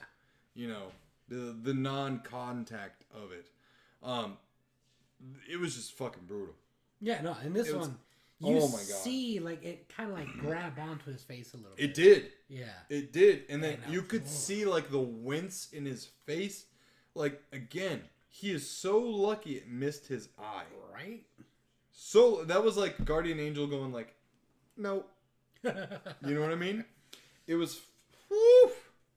Of course, being Texas Deathmatch, no rules. So Prince Nana came out with Brian Cage, you know, the walking fucking roid factory. He came in, beat up Hangman for a quick second, ended up causing a perfect distraction for Swerve to eventually get the win. Hangman didn't lose clean. Swerve didn't win clean. So I'm kind of wondering now, like, okay, look at, like, Swerve is up 2-0 now. He got the win at Wrestle Dream. Got the win here. Are you really going to bury Hangman like that? Especially with that fucking The home invasion storyline? Yeah. Like, are you really going to make him look like a bitch? Like that? Mm-hmm. Or, like, because here's the conundrum. Like, okay, you could do a third match, have Hangman win. He's still down 1-2. Normally you do these things in trilogies. Winner of the third match typically gets the push, but they're trying to push Swerve. So you see the conundrum there. Yeah. You know, it's like no one really wins that third match. So, like, because he lost dirty, it leaves room to set up another one. I mean, unless you're going with like a best of 7 type thing situation. I mean, I don't know. I don't know if I would want to see 7 matches of them going at it. Yeah, it's a very weird situation. And even in like, look at here's the thing too. Okay, Swerve doesn't do shit that wows me in the ring. Not really. No. Like, he does have some pretty cool top rope moves, but it's not something unique. El Hijo Vikingo does better. Yeah, or Will unique. Ospreay does better, or fucking, you know what I'm saying? Mm-hmm. Like, so I don't know. I think he's overhyped. Anyways, moving on, we have the tag team title opportunity match versus. Oh, okay. So here's the stipulation: you have the Golden Jets, which is Chris Jericho and Kenny Omega, versus the Young Bucks. There's 2 things on the line here. The Young Bucks hold a tag team title opportunity. So if the Golden Jets won, they got that tag team title opportunity. Now, if the Young Bucks won, the Golden Jets have to break up. That did not happen. Yeah. The Golden Jets won, Kenny Omega and Chris Jericho. I did not notice this, but this is the first line here. It says, Don Callis joined the commentary team for this match. Oh, I didn't notice that either. I didn't notice that either. Granted, when Don Callis, because he's joined the commentary before. Mm-hmm. And it's weird, because whenever he joins the commentary, he's very different the way he talks. Yeah. He's very calm and very, like, it just sounds like he fits in with the guy. Yeah, the only way you would know is because he kind of talked like this, sometimes. Yeah. Yeah, but when you're, like, really invested in the match, it's kind of hard to, pick up on that. Yeah. Especially if you don't know what he sounds like Right. So Young Bucks are on a heel turn right now. And it was very obvious because they delivered several low blows to Kenny Omega and Chris Jericho. Yeah. I mean, like, straight fucking... You might as well call the move, the whole package. Because they hit everything. And there was a moment, too, during that, where not only did they go up from behind and hit the junk on Jericho... I can't remember which one of the Jacksons it was, but he like rubbed his arm back and forth too while it was up in the fucking crotch. I think it was the one with the receding hairline. Nick Jackson. Yeah. Okay, yeah. Like, there was a lot of good offense here. And there was a moment, too, where Kenny looked to do a V-trigger on a downed Chris Jericho and, like, betray his teammate or his best friends. But it was a fucking psych out, and he hit it on Matt Jackson instead. Yeah. I mean, I remember you were like, wait, what? Yeah, I was like, what? No way! I was like, I'm not ready for a Kenny heel turn yet, you know? Overall, it was a pretty good match. You know, there was a lot of standard Young Bucks flair with super kicks, V-trigger parties. But Kenny Omega ended up getting Nick Jackson, I believe it was, in the... God, they look so much alike. Like, the only difference I can tell... Like, the only way I can tell them apart is the hairline. Mm-hmm. I don't remember who that kid... Kenny Omega got Nick Jackson in the One-Winged Angel. And when that happened, I was like, oh shit, it's over. Because no one is kicked out of the One-Winged Angel in Kenny's entire career. Really? It is one of the most protected finishers ever. I thought that and like the Undertaker's Tombstone Pile Driver. I thought Will Ospreay. No. No? No. Will Ospreay did that to Kenny, and Kenny kicked out of it. Oh, yeah. Yeah. So now, you know, the Golden Jets have the title opportunity. And immediately after this match, the Young Bucks threw like the biggest fucking hissy fit around the ring. Slamming chairs, destroying the tables and stuff. Like, I get it, you know, somebody that you're really close friends with beat you. Yeah. With, you know, in a tag team against somebody you don't like. Exactly. Fucking understand that. Yeah. That would suck. Misery loves company. Right. That's what the Young Bucks are going through right now. And I'm not going to lie. I don't feel like the dust has settled with Don Callis and Kenny Omega and Jericho. And with Don Callis being on commentary, I think he's going to get the Young Bucks. Don't say that. I think so. Don't say that. I think it's going to happen, dude. What was that shit? It's like, don't put that evil on me, Ricky Bobby. Yeah. Don't put that evil on me, Ricky Bobby. No. Yeah. No. Fuck no. All right. So let's see here. How much time do we have left on the audio? Okay. Yeah, we're good. We have the main event with Adam Cole subbing in for MJF versus Jay White. AJK, yo, what is up? We are running down Full Gear's pay-per-view.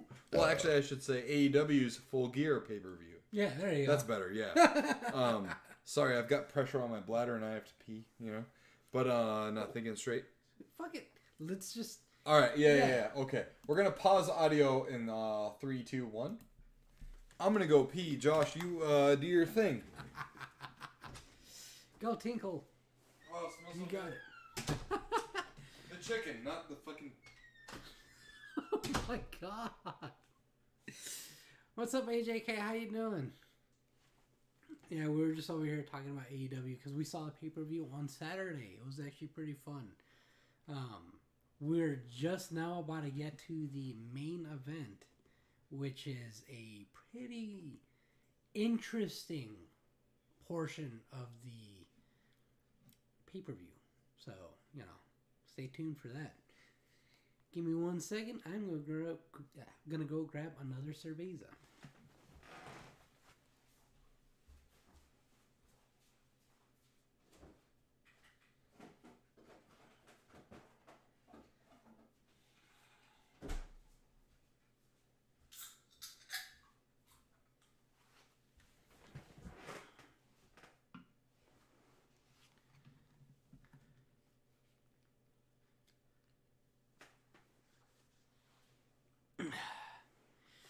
Yeah, no, we were just talking about the Hangman and Swerve match. I'm glad you're doing, you know, all right. You know, not doing okay. I mean, not doing great is sometimes okay, you know. And I can't always be doing great. Sometimes life is just kind of mid. And that's alright. But yeah, no, that fucking Hangman and Swerve match, fucking wild.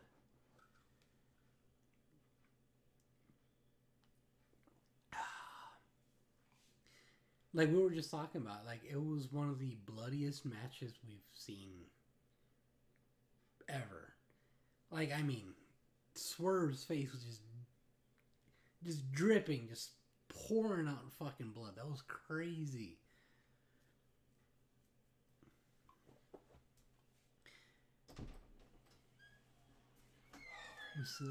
Feeling better? Oh, yeah. We got AJK in the chat. Wow!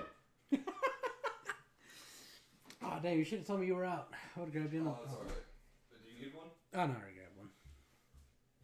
Yeah, no, he was talking about, he's like, this is what he said. Huh. Full Gear. Better than I expected. Hangman and Swerve. Wow. Yeah. I also forgot to show, because my wedding anniversary just happened this weekend, I got this. Oh, yeah. As a gift from my wife. Right before AEW Full Gear. Fucking... How awesome. Right? Right? I've been wanting this for a while. I've been seeing it at Target, whenever we go down... Anytime we go to Target, we go down the toy aisle. So yeah, she got me that. And then she got me this, cushioned floor mat. As well. There's a bunch of controllers on it. I was like, you know what? I'm not going to use it like as a rug. I'm going to use it as a floor mat for whenever I want to lay down on the floor. Because our whole house is tile. Or hard flooring. So yeah, I was like, I used that on the pay-per-view night and I laid it down and I was like, so nice. Laying down on the floor like that. Yeah. So anyways, let's go ahead and resume the conversation. Wait, hold on. Let me finish this real quick. There you go, Sean. This was really good. Yeah. It's much more citrusy than Blue Moon. Oh, definitely. I prefer that over the Blue Moon ones. Yeah, if you don't know what we're talking about, we're talking about the Four Peaks Brewing Company, the Joy Bus Wow Wheat. They also do this in like a blueberry as well. I think, yeah. Or no. It's orange creamsicle. That's what it is. Ooh, yeah. That one's just as good. Yeah. Ooh. Where did I put my beer? Oh, it's on the fucking Final Fight arcade. I left it over there because I grabbed the steel cage. Oh man. Yeah, so we're right about to get into the main event, the pay-per-view main event. All right, ready? Yeah. All right, 3, 2, 1. And we're back. And real quick, once again, before we end this podcast, shout out to the HubDaddyStore.com, this show's sponsor. Head on over to HubDaddyStore.com and use code MUSTACHE10 to get yourself 10% off your order. They've got amazing handcrafted soaps, an amazing, delicious, dark and medium roasted blended coffee.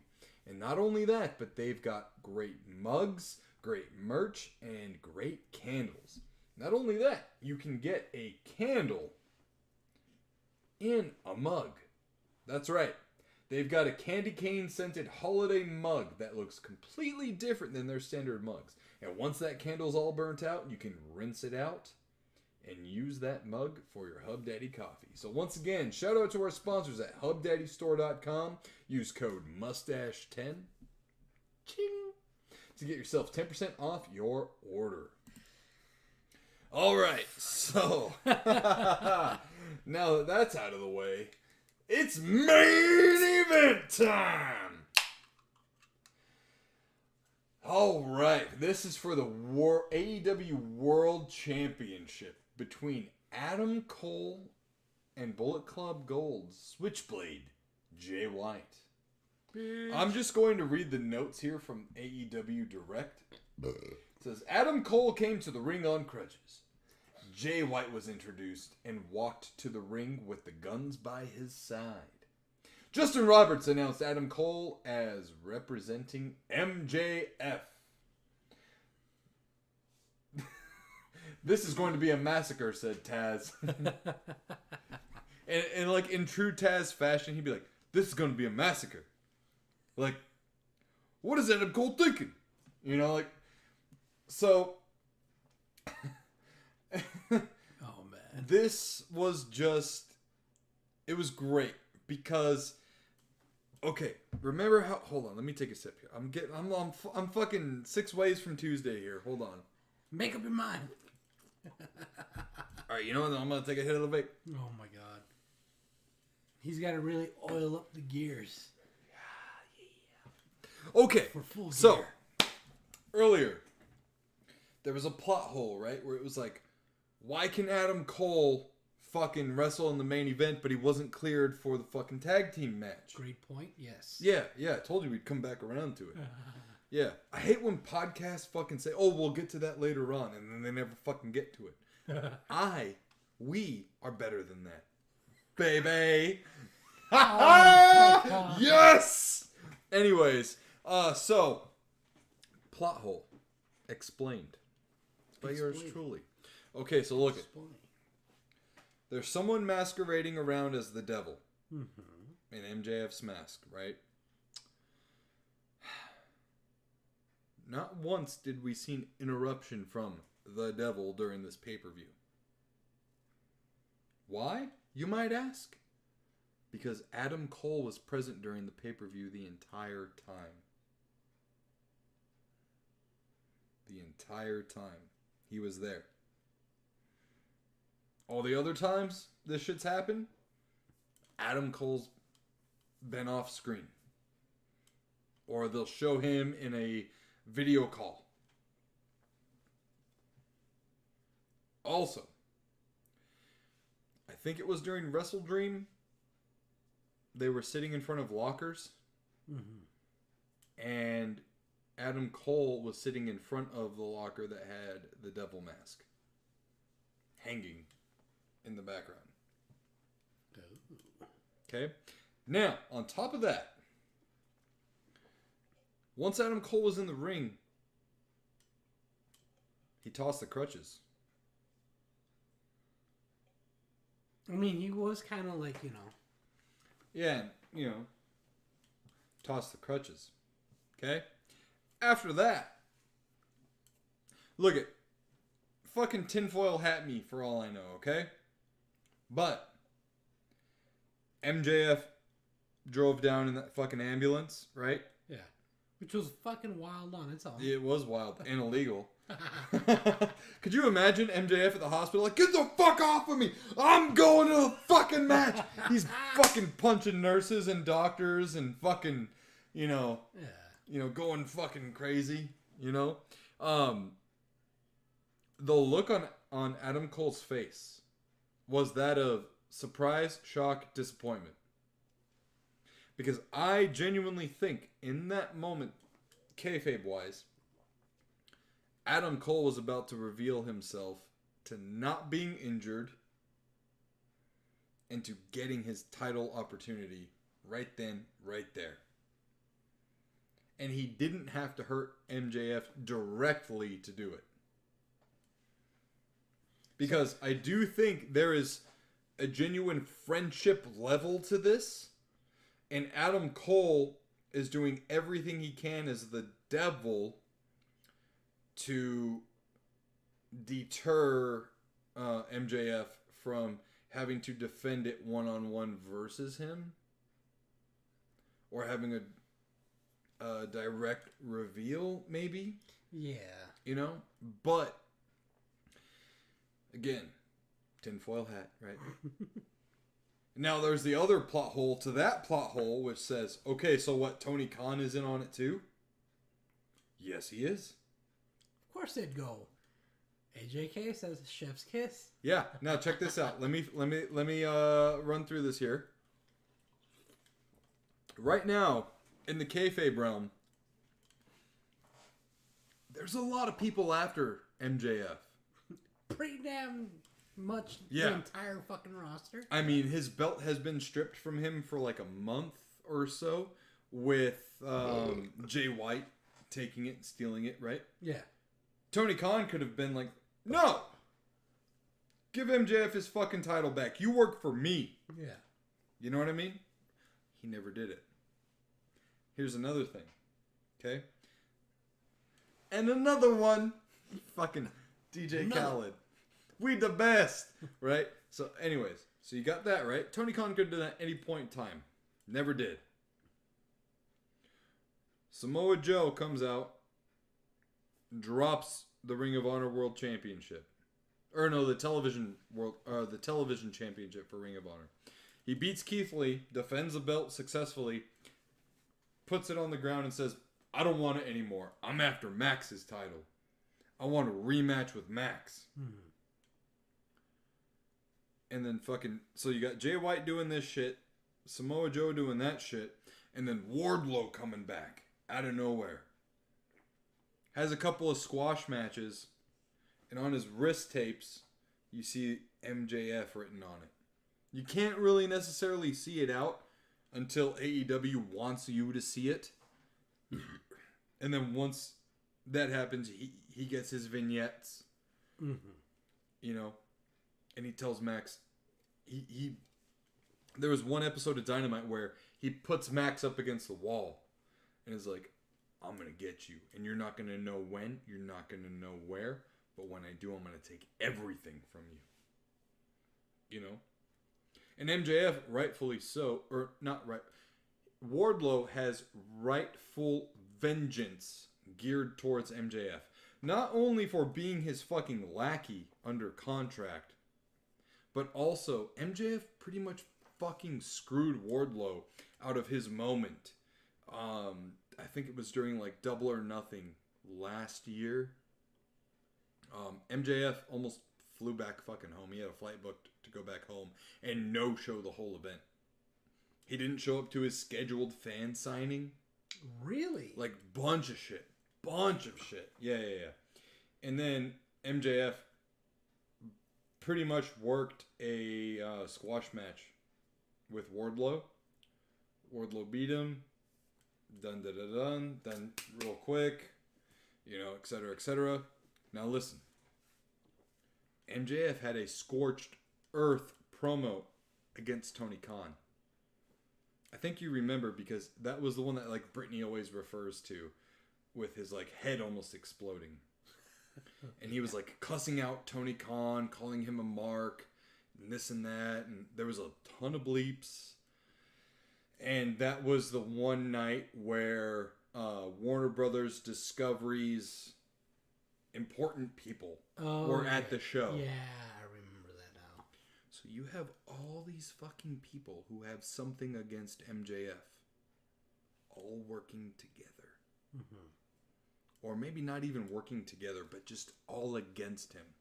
Just in how wild is it after all that? And look, this is not me reaching.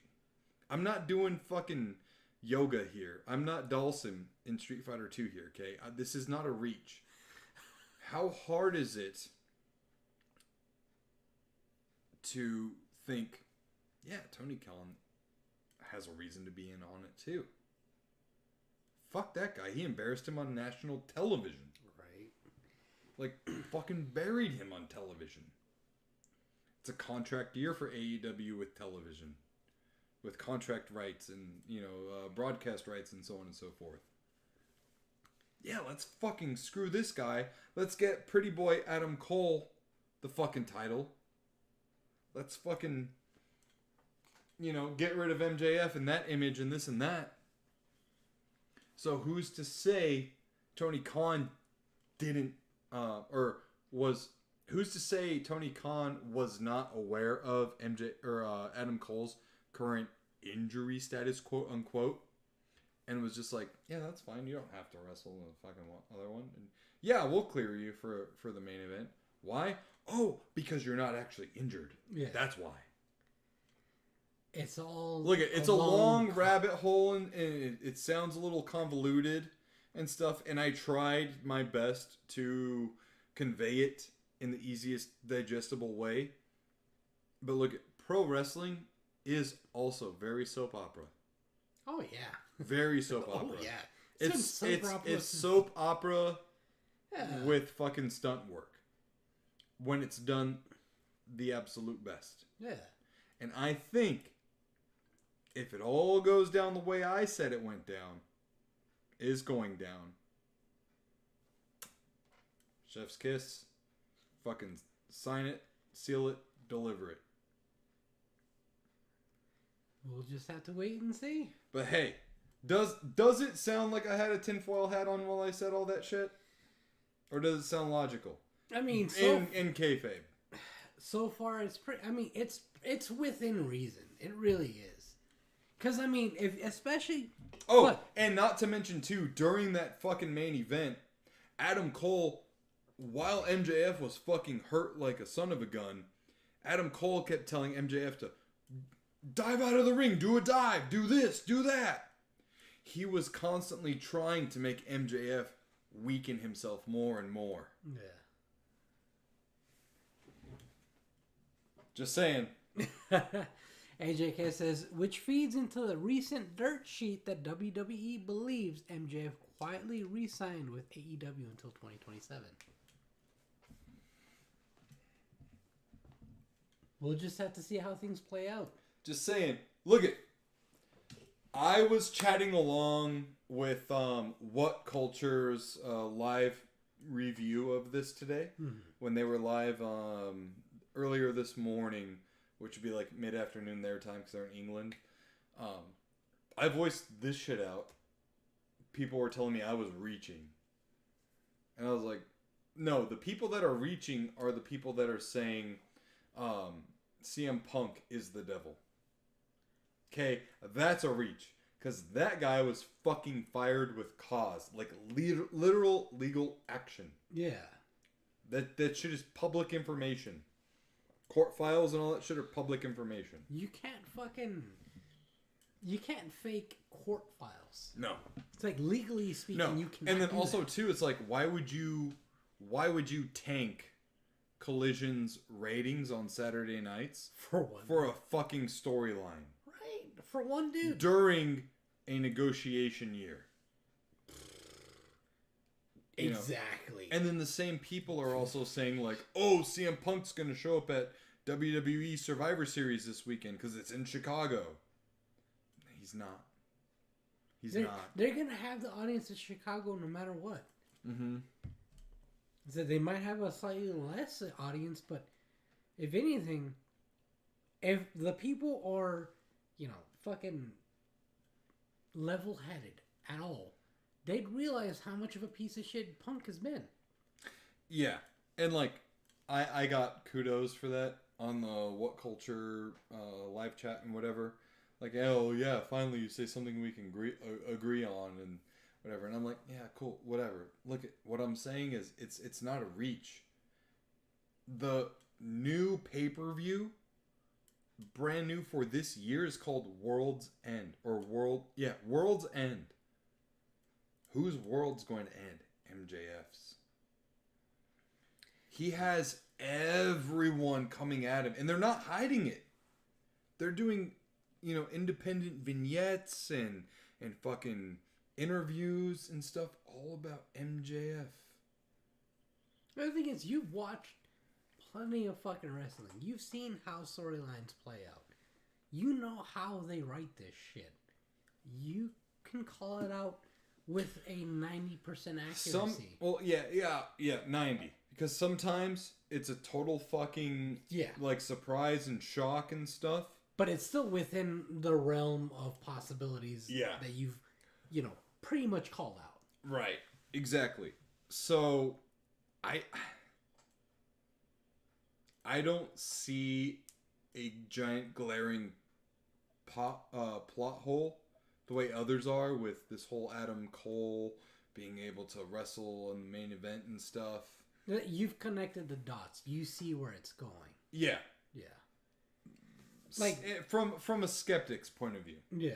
I mean, of course, there's always a possibility that something else completely different could happen. Yeah. But it's very rare when, in this style of writing, especially for wrestling, for them to go outside of formula. Yeah. And to AJK's point about the whole dirt sheets believing, MJF has re-signed quietly. Look at MJF's promos and previous media scrums, because whenever we do a pay-per-view, right? What do? Watch media scrum. Yeah. Immediately after. Media scrum. MJF has nothing but like glowing things to say about AEW. He's always like, I'm the face of this company. I want to see this company thrive, etc., etc. Those quotes alone aren't something that screams War of 2024. Yeah. I think what will happen is MJF's going to lose a belt to Samoa Joe at World's End. He'll do his little War of 2024 gimmick. He'll go away for maybe a month and then show back up. But devil stuff sprinkled in. Okay. Maybe the devil is revealed at World's End as well. But the thing is, whenever the devil is revealed, and if I'm right, and if it is Adam Cole, it's going to be a major heartbreak fucking moment for MJF. And it's going to be probably AEW's very first moment that storyline-wise makes people cry. Because it's going to convey real harsh, I can relate to that kind of backstabbery emotions out of people. Yeah.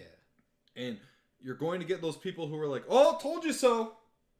And look, I might be right. And if I am right, I'm not going to come on a podcast and be like, fucking told you so, weebs, blah, blah, blah, blah, blah. You fucking stupid marks, blah, blah, blah. I was right all along.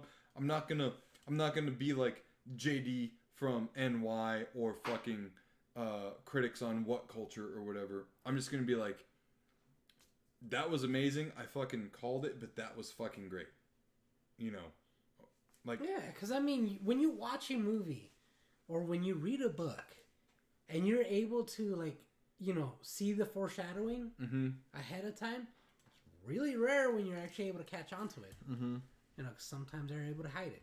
But if you're able to catch on to it in the beginning, when it actually happens, you're like, bravo. So there's a trequel, or a threequel. There you go, threequel of movies that are based on books. The first one's called Murder on the Orient Express. Mm-hmm. The second one's called Murder on the Nile. And the third one that just came out earlier, October, was Haunting in Venice. And they're all three murder mysteries centering around this retired detective, but they're all like between like 1930 to 1950. Okay. Excuse me. I was able to decipher the villains or murders in 1, 2, and 3 upon first viewing. Okay. Before the halfway mark. In the first movie, it was the entire train murdered this one guy. Bam, okay. Yeah. The second one, I thought it was a glaring, obvious, thing. The third one was where they introduced... hold on. I need to look at the time here. Okay. They introduced... maybe this is supernatural. Maybe it wasn't a straight-up murder. But I was like, no, it's the mom. I was like, but I will say, though, that they did leave room for it to be like, well, how did he hear those voices? Yeah. Couldn't have just been this one thing. You know what I mean? Yeah. All I'm saying is I pick up on context clues when they're left alone. And AEW is very good at leaving you context clues when they are on their shit with long-term storytelling. When they're on their shit with that shit, God, fucking idiot. When they're on their shit with long-term storytelling. Don't worry. You're speaking like the rest of us speak. Right. We all say that shit. They are untouchable.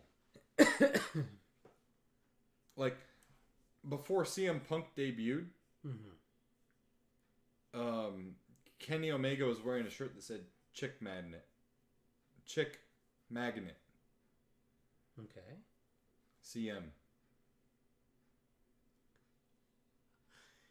You got that context clue from that? Jesus, man. It's your inner autism. Yeah, for real. AJK says, "Oh man, as far as game deals go, just picked up WWE 2K23 for $23. Enjoying it." Yes, and we're actually going to get to that. We haven't even talked about the main event. It's just been all this stuff circulating around this storyline. Holy shit. Okay. The main event. Okay, look at. Hold on. Shut up. Josh, shut up. We have 5 minutes to discuss the main event before we have to reset the timer. God, we just crossed the 2-hour mark. Let's get to this. The main event. What did you think about it? In 2 minutes, go. All right. I thought the main event was a little bit exaggerated with the whole, crutches situation. Sure. Him driving in with the fucking ambulance. Because he's like, no, I'm not going to make him fucking do it, mentality. But you know what? That I will say this. That shit is the best. I love episodic storytelling throughout the episode. I mean, yeah. Like WWE did that shit, or WWF did that shit the best in the Attitude Era. Yeah. Because, that's how you got the whole Stone Cold chasing around fucking Booker T in the fucking grocery store, in the church, in the bingo hall. Yeah. So go ahead, keep going. Yeah, no, I mean, I felt like it was a little exaggerated, but at the same time, you're right, though. It did fit well with the whole episodic type situation. Overall, though, it was a decent match. Granted, fucking MJF was, quote-unquote, injured. Who knows if he actually was or not. The way they made it look. It's a work. Yeah. It's a work. Yeah. The way fucking Jay White acted, though, straight bitch. Fuck him for that. MJF won, right? I forgot. MJF retained, bro. Come on. Yeah, I don't know. Get with it. At that point, I was kind of intoxicated. We all were. I just remember being like, whoa. Yeah. There was a lot of false finishes. Yeah, no, there was. Can I take over? I'm just going to say. Go ahead. The match was pretty good to watch. Okay. So, there were a couple of moments, too, where Adam Cole, within that match, like when he put the ring down for MJF to use as a weapon, he just placed it right in front of him. During that match, I don't know if you remember me hearing go like, "Throw it to him! What are you doing? He's hurt. He can't fucking just walk over there. Yeah. Throw it to him." There was a moment, too, where Adam Cole took his Ring of Honor title belt off and was going to give it to MJF to use as a weapon. Jay White walked over, and Adam Cole might as well just handed him the belt. Because Jay White ended up hitting MJF with the title. Yeah. And then went for the pin, and I was like, oh my god, no. Look, it's pro wrestling, and especially it's AEW. They could fucking do anything. They can be absolutely unpredictable at times. I went 5 for 9 on the night with my guesses of wins. Yeah. This was the very first time I went absolutely negative with my guesses. Because normally I'm fucking 10 out of 10. Those were other signs of Adam Cole is trying to get MJF absolutely fucking wrecked. to lose that title. Yeah, like, you know, especially as you're like, the more you talk about it, like, the more you digest it, you and your autism spectrum being able to fucking pinpoint shit like that. Because I wasn't paying attention to stuff like that. I was just paying attention to the match. I was like, oh shit, this is wild. Okay, bro. If you and me were, like, if I was wrestling that match already hurt, and I was on the ground halfway across the ring, would you just place that diamond ring? I mean, touche. But in the heat of the moment, I wasn't thinking that. Right. I thought the match was actually really good because there were a bunch of false finishes. And I also thought, too, and this is a lot of people's criticisms here, and I'm under 3 minutes here. A lot of people thought, like, oh, how MJF's hurt. How can he fucking fight like that? How could he win? Wow, they really buried Jay White. They made Jay White look like a bitch. No. As a matter of fact, no. Have you ever fucking played a sport? Do you know what adrenaline is? Do you know what fucking adrenaline does to your nervous system? Mm-hmm. Do you know that it can fucking mask pain? Like, yeah, absolutely MJF was in the means of winning that match. Right? Absolutely. And as a matter of fact, he's the champ. He's won title match after title match after title match. He is God tier. Okay? He is levels above everyone else. As he says, nobody's on the level of the devil, right?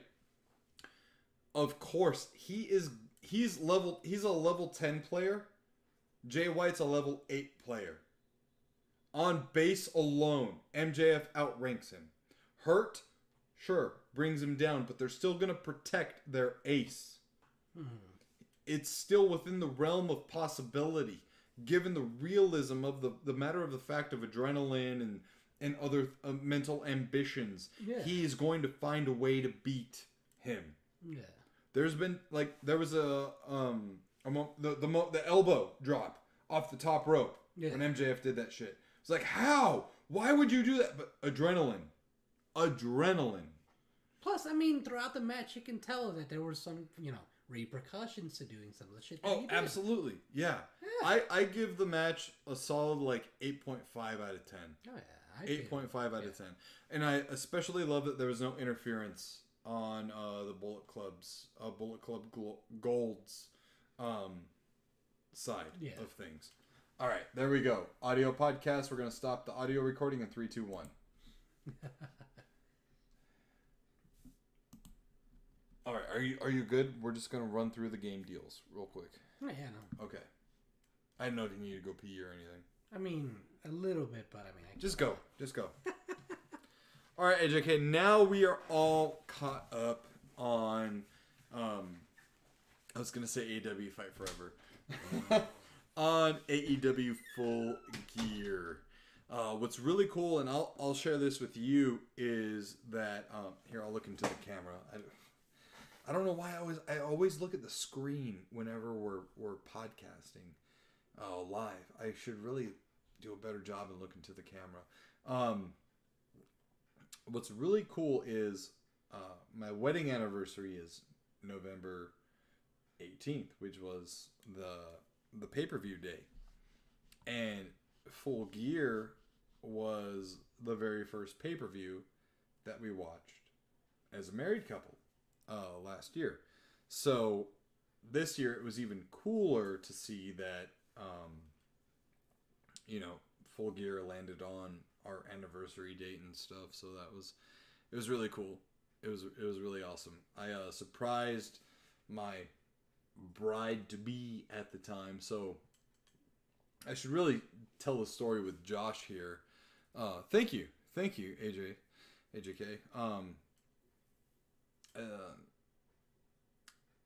Anyways, I should tell the story with Josh here, but I had planned a big surprise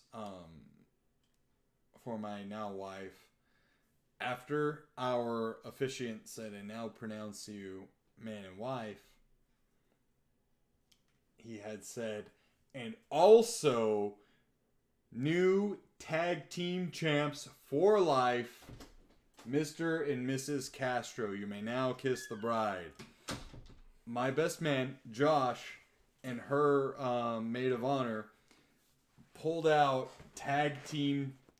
legit tag team belts that I had made customized, held them up, and all the other bride and groom parties had confetti poppers. They popped them, and then John Moxley's Wild Thing theme turned on all at the same time.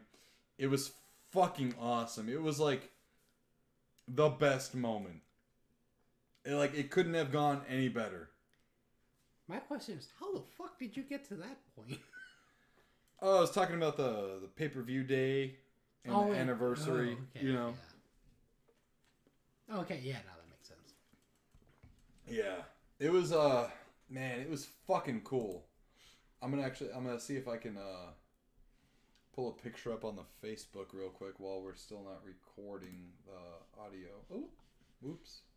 Oh, by the way, Eagles 21, Chiefs 17 right now. Oh shit! How much time was left? Did you see? I didn't check the time. I just saw the score. I was like, all right, cool. There's no time to check the time. Let's see. There is us right there after she got the belt around her, and she was fucking thrilled, as you can see. And this was when there's Josh right there. Best man, Josh. Holding up the belt. And there's Brittany's belt right there. Oh, man. That was such a fucking moment. You can see some confetti right here. Up right around here. Look at you with that clean-shaven face. I know, dude. Hold on. Let me see if I can... I know I posted pictures. Oh, here we go. So this is us with the belts.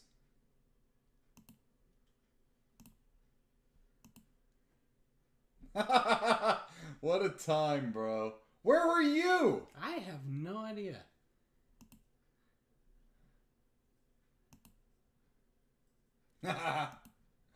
Oh, yeah. That venue is fucking slick, man. I thought I had a... Oh, there we go. There's all of us. Again, oh, there you are right there. Jesse. David was probably taking the picture. I don't know where the confetti picture was. I know I had one, but whatever. Oh, there's Evelyn.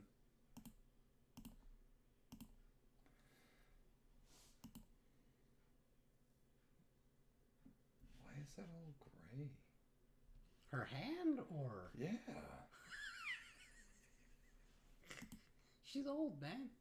Well, yeah, no, but it was like a perfect fucking square. It was like a perfect line.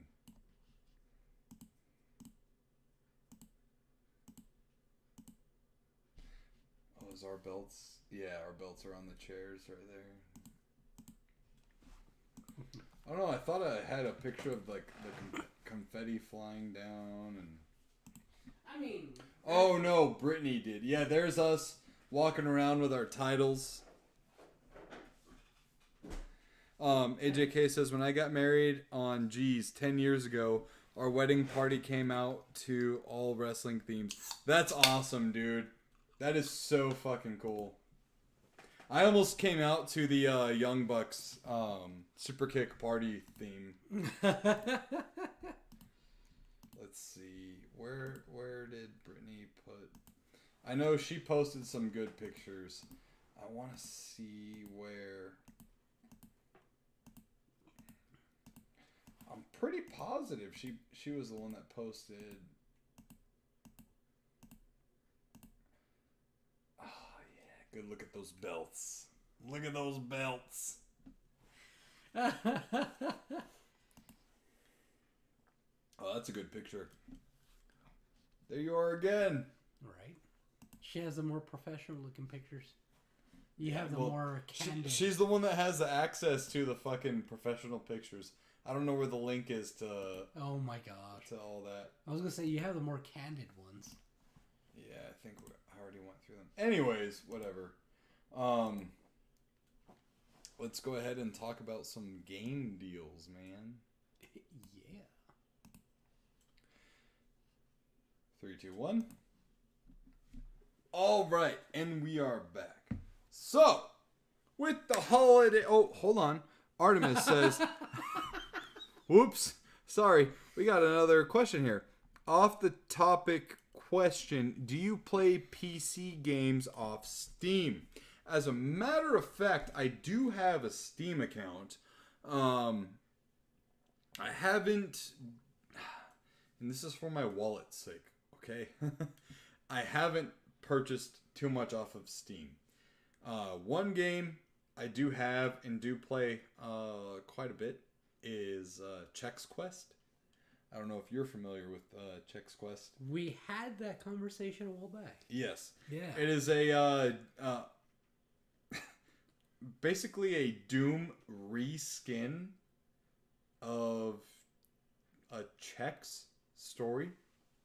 It's amazing. The cereal, right? The cereal, Yeah. yes, Chex. Yeah. Yeah. What? And this isn't off of Steam, and I'm sure you can get it on Steam, but I do play StarCraft. OG StarCraft. I love StarCraft. And I love Warcraft 2. Warcraft 2 is probably what got... yeah, it's probably what got me into gaming on the PC. Really? Yeah. Yeah. I mean, yes, it was on the PS1, but I didn't know that at the time. Oh, the first time you played it was on the PC? Yeah, it was on the PC, and I fucking lost myself in it.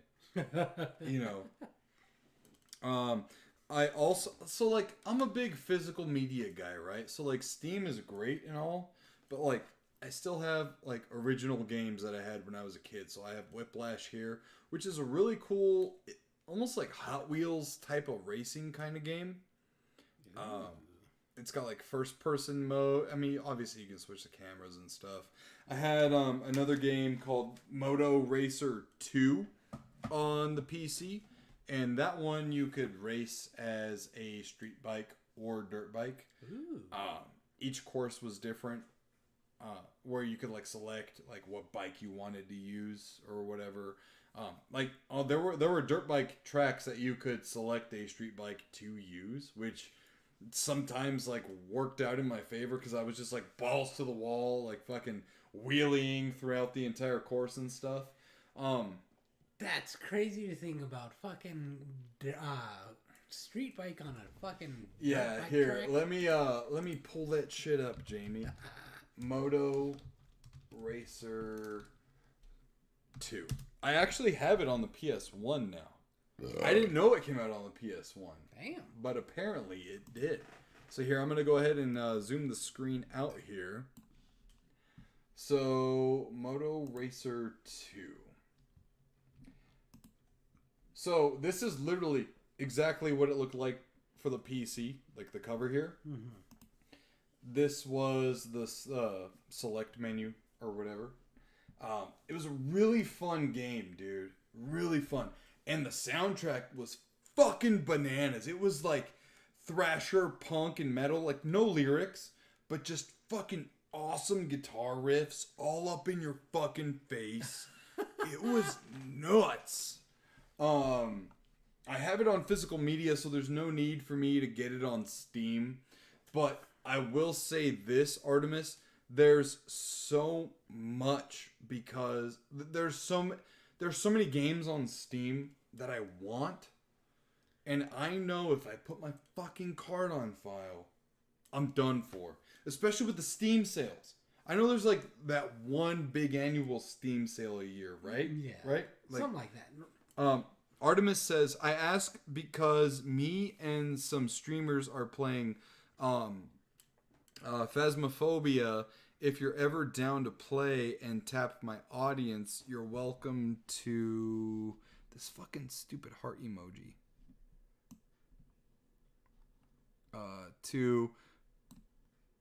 This is my personal account. Okay, well, I will have to look up Phasmophobia. We'll have to give that a try, because, you know my friend Julie? She wants me to play Phasmophobia with her, so... Oh, shit. Yeah, right now it's on sale on Steam for like $13 or something like that. Oh, wow. This is fucking gnarly looking. Yeah. And apparently, you don't need that strong of a PC for it either. It doesn't look like it. I mean, look at the fucking texture right here. It looks like rubber. Dude, this looks nuts. Whoa. Did you know there's like a phobia for fucking like teeth? Yeah, I've heard of it's that. weird. I don't know the name of it, but I've heard of it. Oh, damn it. Hold on. Here we There go. you go. Oh, God. Don't go on GOG. Their sales are insane. And, you know, by the way... Yeah, yep. I know. I see your picture there, Veronica.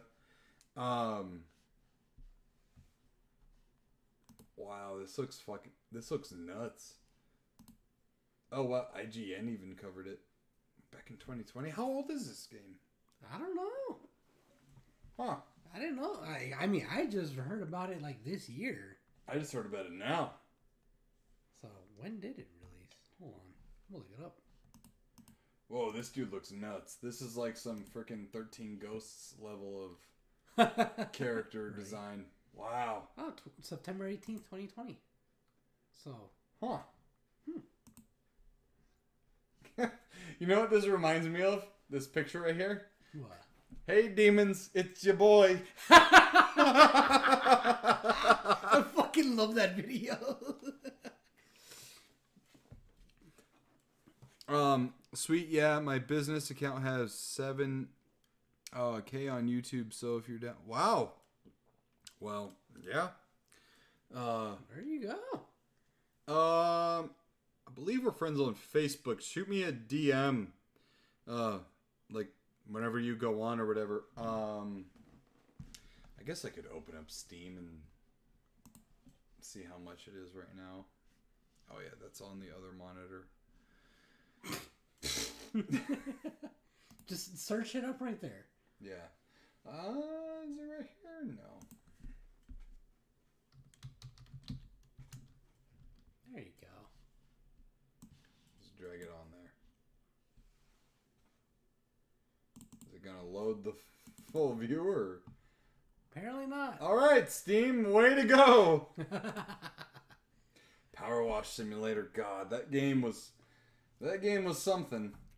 Wait, did you try it out? Yeah, I played like 3 levels. It's crazy how popular that game got.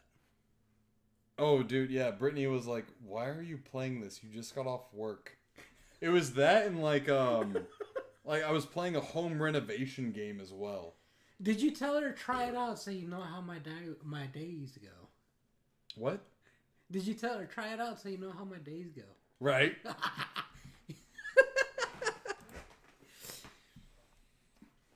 Oh, now it goes full screen. Right. Okay. What are you doing? I don't know. I clicked on fucking search. Here we go. Okay. There you go. Let's see. Faz. Okay, so it's $14 right now. Yep.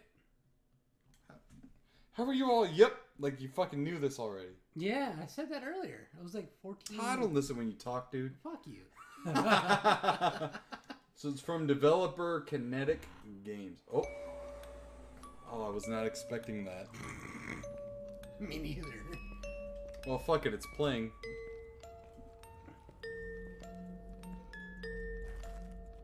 Something's gonna fucking jump out.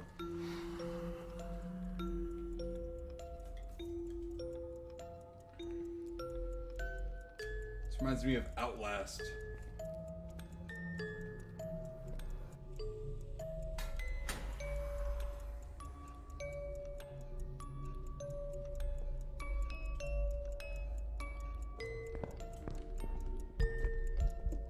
Yeah, like straight up Outlast vibes, dude. I know.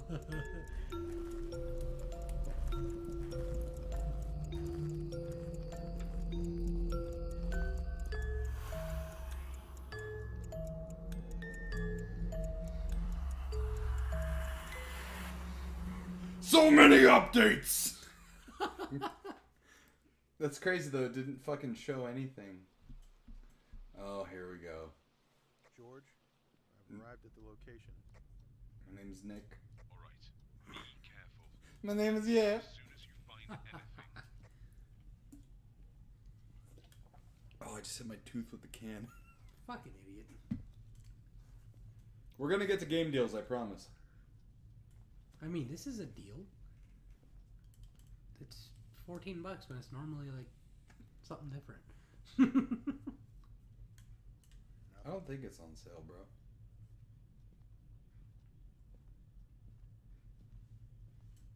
Is this a VR game too? Yeah, you can play it on VR. Okay. I noticed because of the floating hand. Yeah. Why would someone want to play this in VR? Oh shit, AJ. Oh, hold on. AJK with some breaking news. This just in. Randy Orton is the 5th member in the Babyface, I'm assuming Babyface team, for Survivor Series this weekend. Randy Orton has been off television for the last year and a half due to injury. He had some fucking spinal fusion going on. Ooh. Well, dude, you know his RKO movie lands on his fucking tailbone every time. Yeah. That's nuts. Every time I hear fucking Randy Orton, though, I just hear, watch out, watch out, watch out. Okay, I checked the water and it's dirty.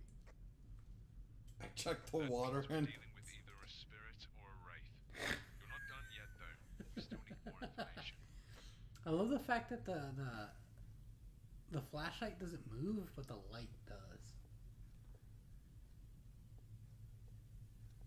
I can't even see the flashlight. Because there's two things and there's two separate hands. No, the flashlight moves. The person's doing this whole thing. Like, Oh, I thought the other hand was a flashlight. Okay. nah. The other thing looks like a remote. It must be one of those EMF readers. Yeah, like the Ghostbusters. Yeah. Yeah. Dude, I'd nope the fuck out of this game. This is crazy. Like, it's just because of the tension. And you hear the white noise. Like the... That reminds me of fucking Paranormal Activity. I know. It's possible the ghost is in the basement. I'll use the spirit box to get a confirmation. Spirit box. Okay. That's If you creative. don't get a reading, I mean, no, those are actual, any like, UV fucking lights or items. anything out of the I know. array. Fucking dumb.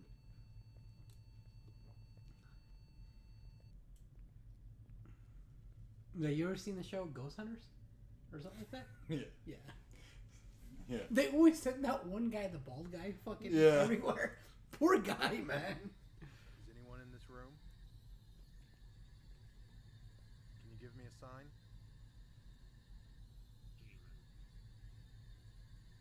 Got a reading on the spirit box. Say demon? I think so. All right.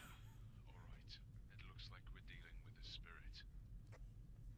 It's not a spirit, it's a demon!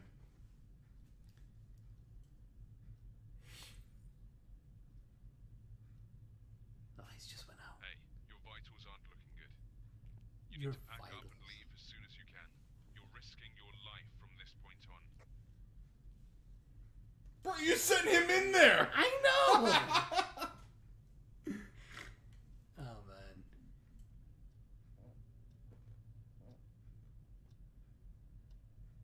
Is there a sprint button?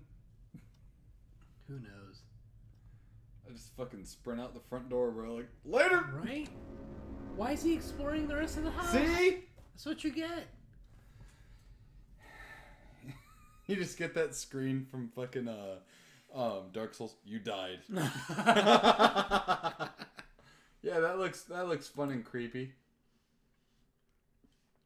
Some good shit. Hey demons, it's your boy. Oh my gosh. So anyways, game deals.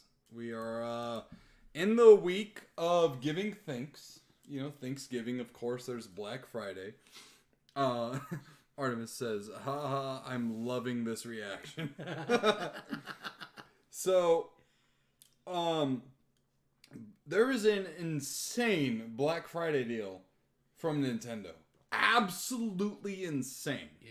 Okay, so we're on what, year 6 or 7 of the Nintendo Switch at this point, which is also absurd to think. I know. I feel like it was just yesterday when like Breath of the Wild came out. Like the OG Breath of the Wild, yeah. Yeah. Excuse me. So right now, right now, the Nintendo Switch OLED model is bundled with Super Smash Bros. Ultimate. It's a full game download, so it's not the physical copy, but is a digital download, plus a 3-month Nintendo Switch Online membership included for $349.99 MSRP. That's discounted at $67.98. AJK says, I can't spend any more money, man. Come on. There's also a Super Mario Party plus Joy-Con bundle. So you get Super Mario Party, which isn't the most current Mario Party game. Either way, though, fucking Nintendo games. Oops. I don't know how. That was a good catch. Good catch. I don't know how I caught it like that. Bravo. Bravo. So anyways, yeah, no, I was going to say, like... Oh, yeah. Nintendo games generally do not go that low in price. Bro. Like, the old Donkey Kong Country Tropical Freeze is still $60 for the Switch. That's a Wii U game. Exactly. It is a Wii U game. Exactly. So, right now, you can get the Super Mario Party bundle, which includes the game, the physical game, and a red and blue Joy-Con for $99.99. That game is $60. Joy-Cons are like another like 60. No, 80. Holy fuck. Joy-Con, really? a pair of Joy-Con is $79.99. Holy shit. That is a huge fucking deal. And another deal from Nintendo. A Nintendo Switch Mario Kart 8 Deluxe bundle, which includes the full game download. Again, this is a download, so you're not getting the physical game, but you do get the download of the game, plus a 3-month Nintendo Online membership for $299.99. God. This isn't the OLED model, but look at the only difference between the OLED model and the base model is the screen. Yeah. That's it. There's no improved battery life or this or that. And it's not like the old school screen was that bad either. Mm-mm. I mean, yeah, OLED Not at is all. fucking great, but the original screen for it was pretty damn Yeah, good. it's a little bigger and obviously clearer because it's OLED. But at the same time, like, if I don't know, if I was given the choice between the two, I would be happy with either. Yeah. I mean, shit, I still enjoy my Switch. Yeah, I play my Switch daily. There you go. You know what I mean? Yeah. That's a fucking great Mario game, Kart 8 Deluxe is a $60 game. I mean, yeah. shit. It's been out for how long now? And it's still $60? Exactly. And also from Nintendo, you have the Nintendo Switch Lite. So parents out there who may or may not listen to this, I don't know. I like this part of the show because we're like talking to the general public here, not just a specific group of people. Some people are like, I don't know what to get my kid. They say they want to play Zelda. How do I let them play Zelda? Right? You can get them the Switch, you can get them Switch Lite, you can get them Switch OLED. Right here. The Nintendo Switch Lite, which is the handheld only version of the Switch with the Joy-Con built in, is the Isabel's Aloha edition from Animal Crossing New Horizons bundle. So you get the full game download plus the exclusive Switch color for $199.99 available at Target. That's not a bad price either. Fucking A. No, again, Animal Crossing is a $60 game. Wait, so it comes with Animal Crossing? It comes with Animal Crossing New Horizons. Shit. And it's a Target exclusive, which will be a collector's item. Bro, they're really after our wallets this fucking year. And here's another one. Nintendo Switch Lite, Timmy and Tommy's Aloha Edition Animal Crossing New Horizons bundle with the full game download, $199.99. This one is more of a like a turquoise light blue color. So they got one for the boys and one for the girls. One is like a pastel pink and one is a pastel blue. We also, ooh, this one looks fucking cool. A Nintendo Switch OLED model Mario Red Edition. $349.99. So this one's about full price. But I mean, for a special edition, regular price, normally special editions are a little bit more expensive. Yeah. So it says warp into the world of games with Nintendo Switch OLED model Mario Red Edition system. This limited edition system features a console dock and Joy-Con controllers, all in the iconic Mario Red color. A silhouette design of Mario jumps into action on the back of the dock. Look closely and you'll find some hidden coins. Wow. And it also says save up to $30 on select Nintendo Switch titles at participating retailers. Those retailers are Best Buy, Amazon, GameStop, Target, and Walmart.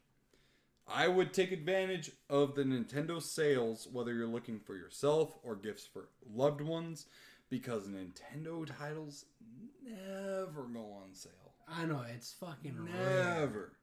Like, this is the first time I've heard of them going on sale. And they also have $20 off select titles. Look, let me back up real quick. The $30 off select titles, there's a picture of some select titles on here, which include Fire Emblem Warriors, Kirby's Return to Dreamland Deluxe, Donkey Kong Country Tropical Freeze. Normally a $60 game that was brought out for the Wii U is finally on sale for $30. Ooh! Mario Strikers Battle League, the soccer game. Yeah. Oh my god. You could get 2 full price games for the price of one. That is a buy one, get one free, basically. Dude, that's insanely fucking rare for... buy one, get one half off. No. That's a buy one, get one free. That's pretty much it. Because, both of those games are $60, and each one of them now is priced at $30? Are you kidding me? Yeah. You're getting 2 games? What? Snark, damn, what did I miss? Oh, what's up, Snark? You're going to have to fucking listen tomorrow. You missed a lot. There's too much to catch up on. We said we were going to keep this one quick. I know. 2 hours, 42 minutes later. That's quick. Now it says save up to $20 on select Nintendo Switch games, which pictured here shows Xenoblade Chronicles 3, Breath of the Wild, damn, Luigi's Mansion 3, and Super Mario Odyssey. So these are some of their bigger hitter titles. Fuck, I already have some of them. God damn it, why do they have to fucking wait till now? Have you played Luigi's Mansion 3? No, I have not. What about Mario Odyssey? I've played Mario Odyssey. I think I still have it. Okay. And I definitely have Breath of the Wild. Xenoblade, I'm kind of like partial. Dude, to don't getting. even. Don't put yourself in that category of gamer, okay? I play fucking everything that I like, okay?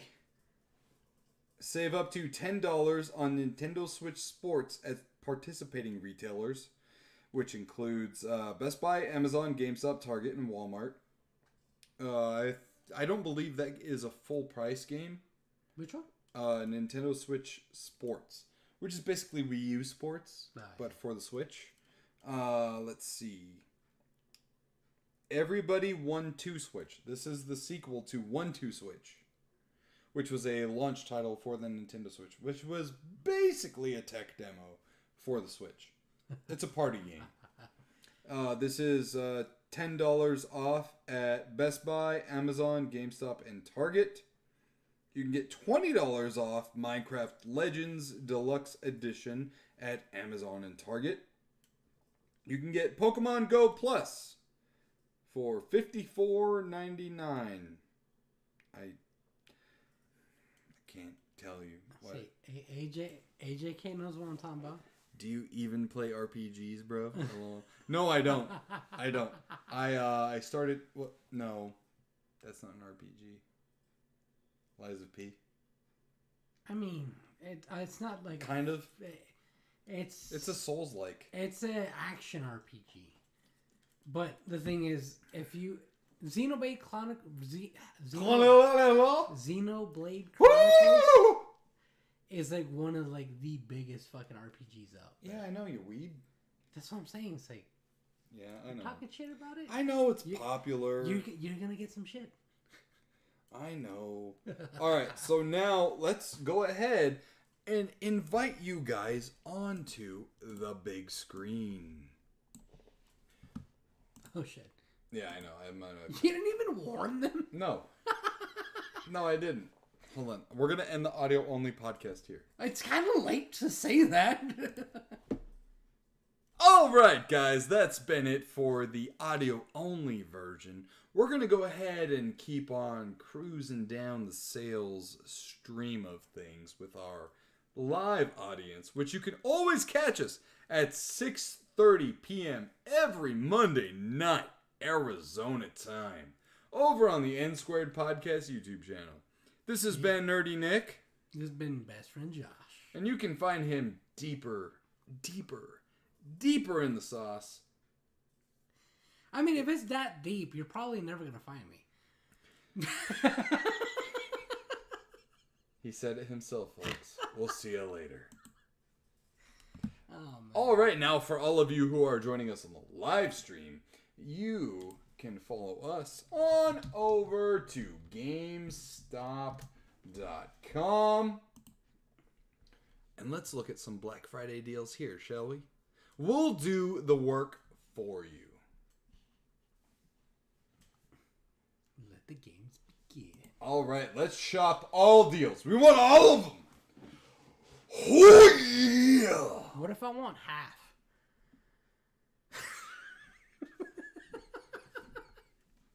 My wallet can't afford all, okay? All right, so apparently you can save $60 on the PlayStation 5 Spider-Man 2 bundle. You can save $50 on a MetaQuest 2 and get a free $50 gift card with purchase. That's pretty fucking good too. You can also save $50 on an Xbox Series X console and select Xbox Series X consoles and bundles. Let's go ahead and click on that. That seems click-worthy. All right, so an Xbox Series X console is looking like it is straight up $50 off, plus free $5 off your online order when you pick up in store. So that is technically $55 off a Xbox Series X. Okay, let's look here. Wow, what is this? Okay, Xbox Series X console, 1 terabyte edition, plus Forza Horizon 5 premium bundle at $509.99, plus $5 off. It looks like they are doing this $5 off when you order online to pick up in store. That is a nice noteworthy thing to add. I like this one here, folks. The Microsoft Xbox Series S starter bundle and a 3-month Game Pass subscription. Let's go ahead and click on for further details. So it looks like this is a 512 gigabyte Xbox Series S console, and it comes with Game Pass Ultimate for 3 months at $249.99. That is $50 off, plus it falls under the $5 off deal. So that is actually coming in at $244.99. math is correct, yes. Either way, that's a great fucking deal. That's cheaper than what the console's already worth. Snark And you says get Game if they Pass. were doing the 1 terabyte Series S2. Yeah. But I mean, hey, look at Game Pass for 3 months. You pay for look at when I got my Xbox Series S, because I have both X and S. When I got my S, I told Josh, this is going to be my streaming console. Like, this will be my Band-Aid until I can get or afford a Series X. And at the time when I got the Series S, those were even hard to come by. Yeah, they definitely were. And I was totally happy. That was, oh no, I said it was going to be my Call of Duty machine. Because that was when Vanguard came out. Oh, yeah. And that was all I did with it. Yeah. Aside from Hulu, Netflix, etc., etc. So I think still, even right now, that is a great deal. I mean, definitely. Because, I mean, shit. The console's normally priced, what, is that $300 for the bundle normally? Or is it... I think it's probably for the console, if I'm quite honest with you. Still, a bundle for, like, that price? That's pretty damn good. Not only do you get a game, and you, like, not only do you get a game, but on top of that, you get the 3 months of fucking... Yeah. Let's look up the game deals here. Not saying it's a bad deal because it's pretty damn good. All right. So right now they've got Star Wars Jedi Survivor for $29.99. Is that game any good? Normally it's priced at $70. So that's more than 50% off. They have Kirby's Return to Dreamland Deluxe for $30. Normally priced at $60. Everybody 1-2 Switches $10. Damn. $10. That is a great stocking stuffer for anyone who has children who own Switches, or even for yourself if you want a cheap Thanksgiving, Friendsgiving party game. Right? Easy. Pick it up. Going to get it tomorrow. Hogwarts Legacy on the PS5, $40. Tell you this, I think that's the number one selling game this year. Number I one. could see that. I think it is the highest monetary selling game this year. I can see that. The highest growth. We have it for the Xbox Series X.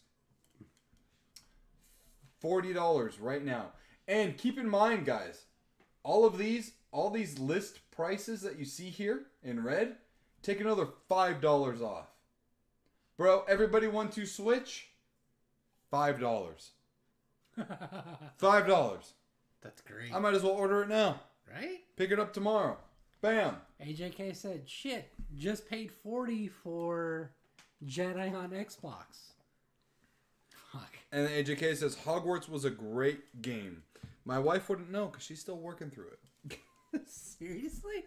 Yeah, I mean, she always feels bad whenever she comes in and plays on the Xbox. She feels like she's taking away my gaming time on the TV in here. Bro, if anything... And I've told her, I'm like, look you can play on the big screen in here. I got the CRT. I can play, right now the PS2 is hooked up to it, and the GameCube's hooked up to it, and the Atari 2600's hooked up to it. And Yeah. you have Plus, I got grids? 3 arcade machines in here. Yeah. And not only that, and like, I got like fucking 3 Game Boy Colors in here too. bro, not only that, like if you feel like any way like I would feel about it, I'd be like, bro, I want you to play. I want to see you play. Yeah. That would bring me joy. Yeah, exactly. Yeah. Anyways, this is a game I've always wanted to play. Is Donkey Kong Country Tropical Freeze. Right now it is $30 plus $5 off. $25. This is something I've always wanted to play, but it's always over fucking priced because Nintendo never puts their shit on sale. Let's continue on for you sports fans. You've got the NBA 2K24 Kobe Bryant edition for $34.99. Madden NFL 24 is $30. That is over 50% off. God of War Ragnarok Standard Edition on the PS5 is $40. Ooh, Final Fantasy 16, $40. Ooh, might have to pick that up for myself. That's tempting. I've heard mixed things on it, But mostly I've heard mixed things from Final Fantasy purists, which tells me I might like it. Yeah, no, I can Yeah, definitely no, see for that. real. Wow. Okay, UFC 5 is $50. That is $20 off. And if you order it online, it's $25 off. That game just came out. I was gonna say I didn't even know they still made those. This is a pretty good deal here. This one is absolutely noteworthy. Lego Star Wars The Skywalker Saga is $17.99, normally priced at $30. But if you order it online for in-store pickup, it's $5 off. So that's $12.99 instead of $30. Damn. So that's below. That's a good deal because when you look at dollar value per hours of entertainment, Oh, that's a great deal. like the Lego Star Wars one, right? Yeah, I have the yet, Skywalker Saga. dude. I have yet to hear anything bad at all about any of the Lego Star Wars games. AJK says, nice. Yep, the wife and I have been going through Mario 3 again. Yeah. Sorry, there's a stupid heart emoji thing on this on our end of everything on the Streamlabs. So like it blocks out like Part of the a letter the chat. or two or whatever. Yeah. Mortal Kombat 1, a highly recommended game, is on sale right now for $49.99, normally priced at $70. Although, when's the last time you've played it? Dude, I know you've been listen, busy. I beat it. Okay, I beat it. I have no interest on being a what do you call it? Fighting FGC member, a fighting game community member. Okay. Have you at least fought Snark yet? Oh yeah, I did a whole stream of that. Oh, okay. I won like one match out of like fucking 12. Listen, like I said before, I'm way better at 11 than I am at 1. I mean, one just came out. Well, no, not even that, but 11 plays totally different than 1 does. Yeah. AJK says Lego games are great. Ooh, okay, this is going to be a good deal if it says see price and cart. Let's see, Nintendo Switch Sports. Let's add it to the cart if we can. Bottom right. Bottom right. Well, Oh, there you go. Oh, there's only 5 left. Oh shit, that must mean it's a good deal.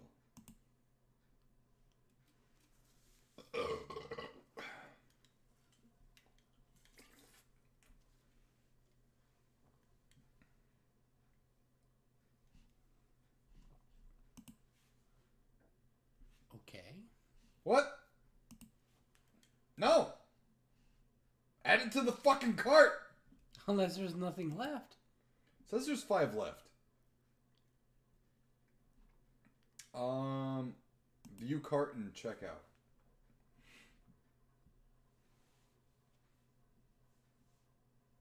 Oh. Well, it's not that great of a... It's $40! Alright, guys, there you go. We uncovered it for you. It's $40. Snark says, hey, if you want to fight me again, let me know. No, I'm good. Thank you. Fucking prick. Hold on. He wants you to get better. That's all it is, Nick. I mean, honestly, though, like, you're right. We're doing the work for you. Hold on. Eagles won. Fuck them Chiefs. Fuck you, Taylor Swift. Fuck you, Travis Kelce. Fuck you, Patrick Mahomes. Look it. I'm gonna say this. The only reason why people are wowed by Patrick Mahomes is because he's doing backyard football plays in the professional football league. Okay? That's it. His sidearm throws and shit. All that stuff is backyard football shit. AJK says, hey guys, I gotta tap out for tonight. Great show. Take care, guys, and everyone in chat. AJK, if we don't see you tomorrow night at 7 o'clock p.m. Arizona time for our Tuesday night arcade, we want to wish you a very happy Thanksgiving. Hope that you get to celebrate with family and friends and that you are safe, and just have a great time. And thank you for joining us on this episode of the NSquared podcast. Yeah, good night. Live. Let's see here. What else do they have? Oh, wow. So you get a free pro membership whenever you buy hardware. But look at the fucking the Xbox One S console price. Oh, wow. That's $25 off pre-owned. Oh, that's pre-owned. Okay. Still, that's pretty cheap. That's not bad. All right, let's head on over to Target. Target. Expect more, pay less. It's more like expect less, pay the same. I don't know. Dude, no. Target's actually, they got really good fucking deals, dude. Oh, but they're not like, it's not like they're that much cheaper though. Alright, let's head over to video games.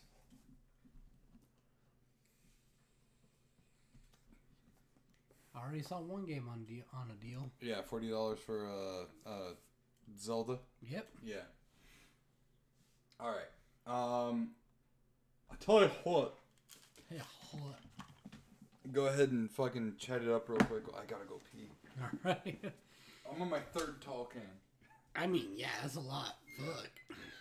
Sark says, speaking of Target, I found a Marvel Superheroes Arcade 1-up counter arcade.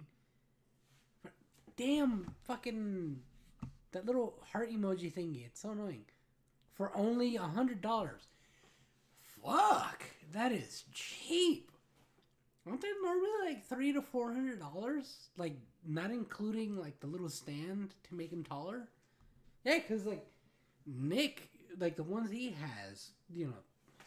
Let's see. Only one of them has a stand, and he got that as a Christmas gift last year. It was the Blitz arcade game, or Blitz arcade one. Let's see what else they got. Why is it doing? Oh yeah, no, wrong screen.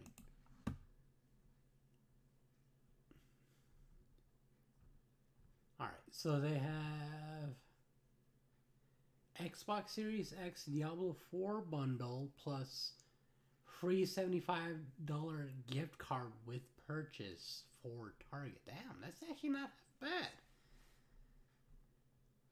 Save $50 from MetaQuest 2 plus $50 gift card with purchase. I think that's the same that GameStop had. Snark says, no, countercades are tabletop based. I have the TMNT one 2 years ago and I paid $249 for that one. Damn. Oops. Countercades. I gotta look that up now. Countercades.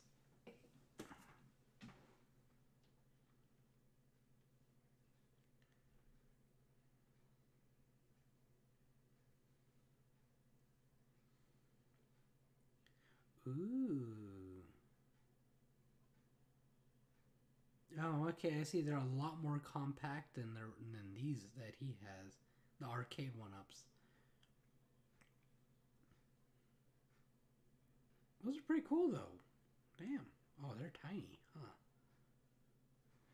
huh? Oh, thank you for that link.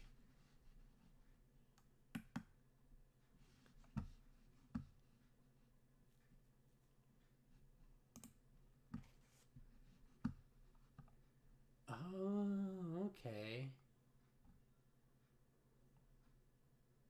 That's not half bad.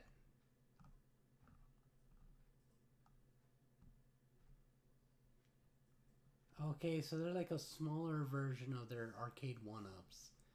I see. Oh, that's pretty fucking cool.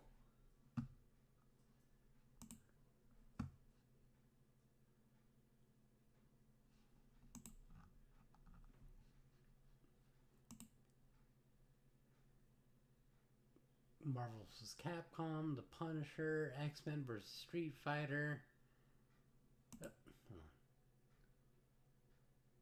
Marvel Superhero. Oh, that's pretty fucking cool. Hell yeah.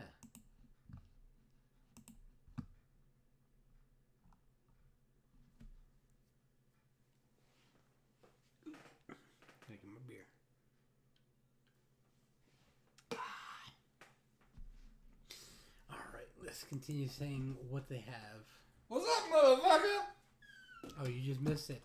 What? So, Snark said, he said, speaking of Target, I found a Marvel Superheroes Arcade 1-Up countercade for only $100. And I thought it was, like these. Oh, no, they're no. different. Yeah. Yeah. Also, too...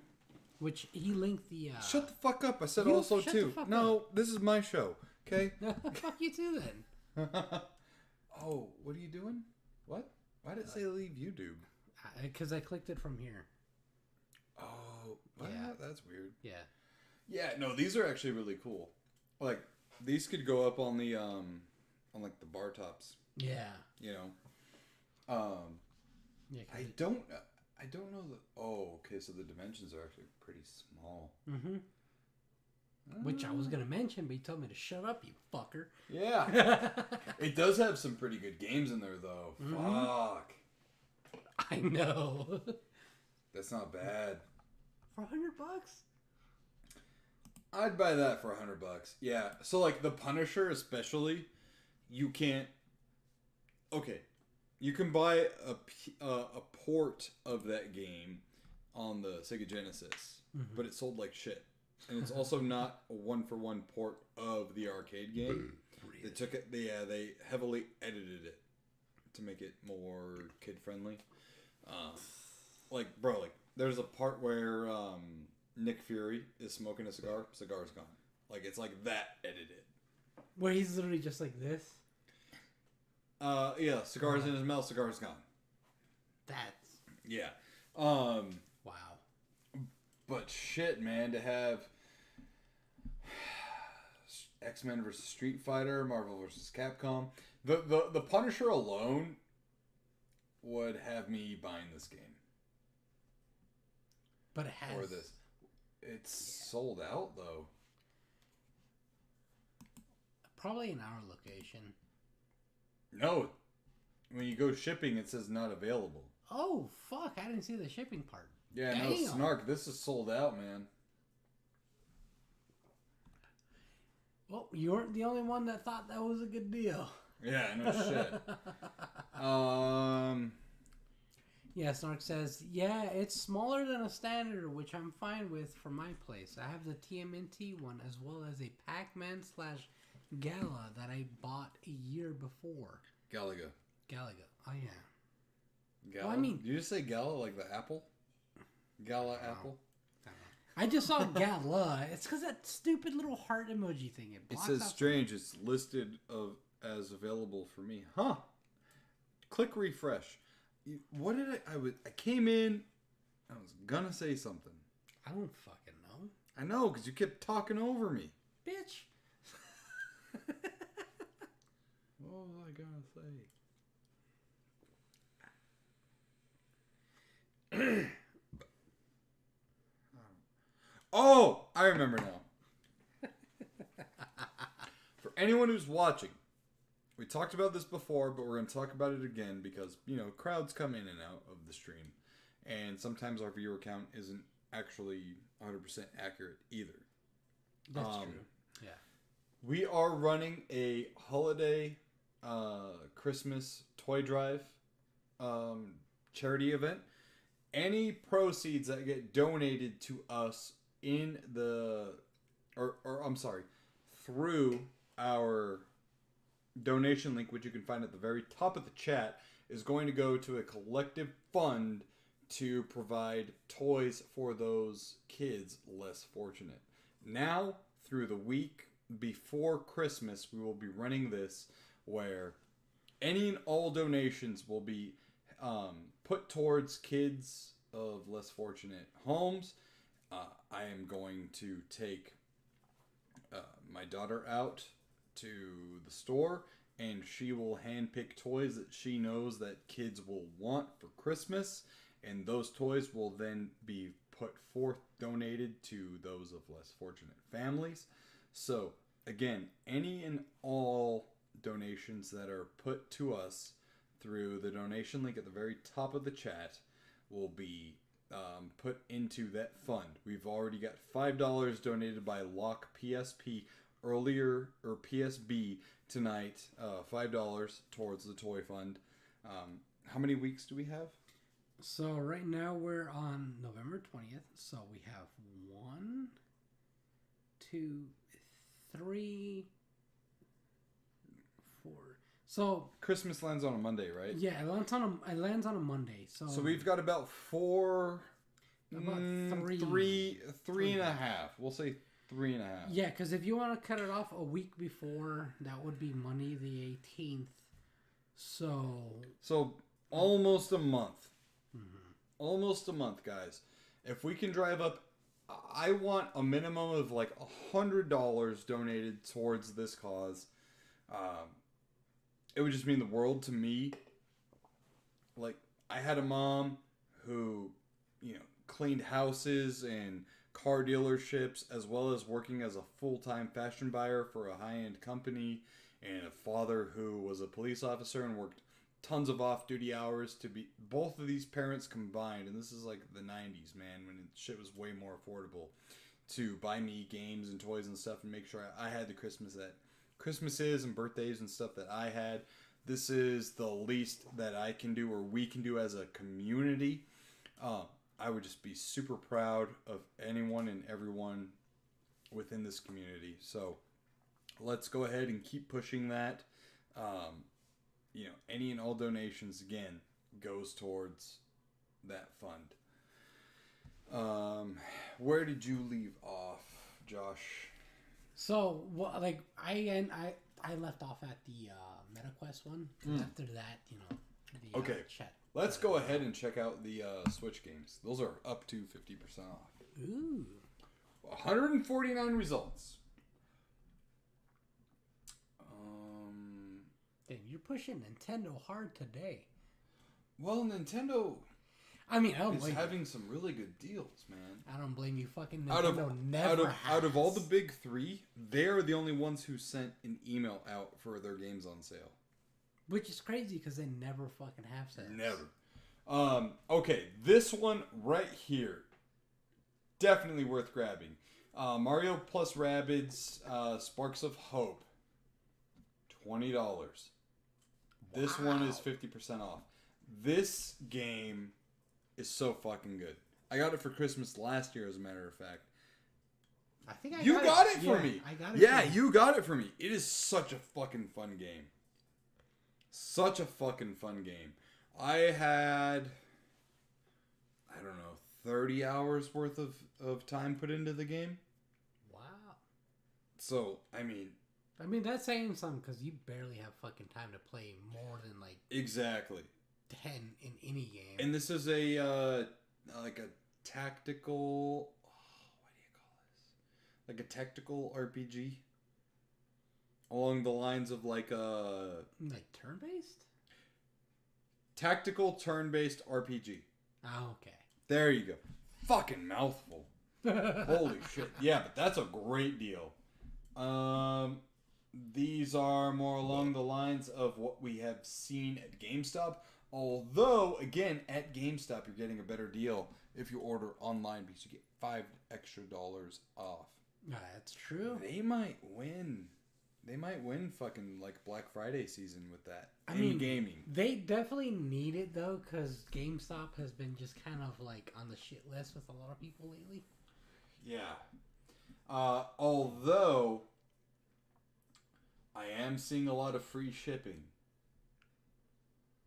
So shit might even out, I guess. Yeah, because if you want the shipping, or if like you're free to go to the store. I mean, it depends, because like if GameStop isn't that far from you, it's worth the $5 off.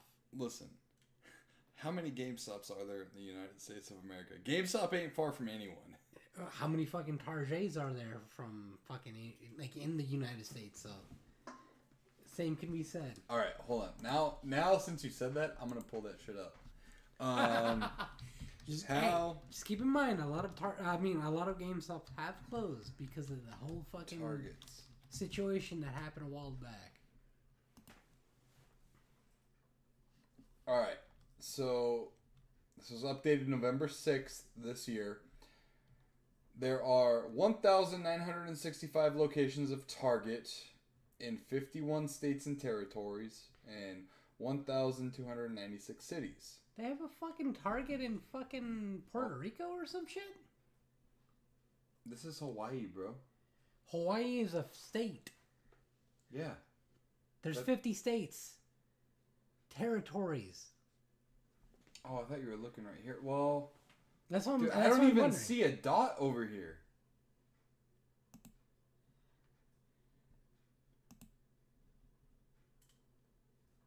Huh? Bro, this one's outside the fucking dot on Texas, and so is this one.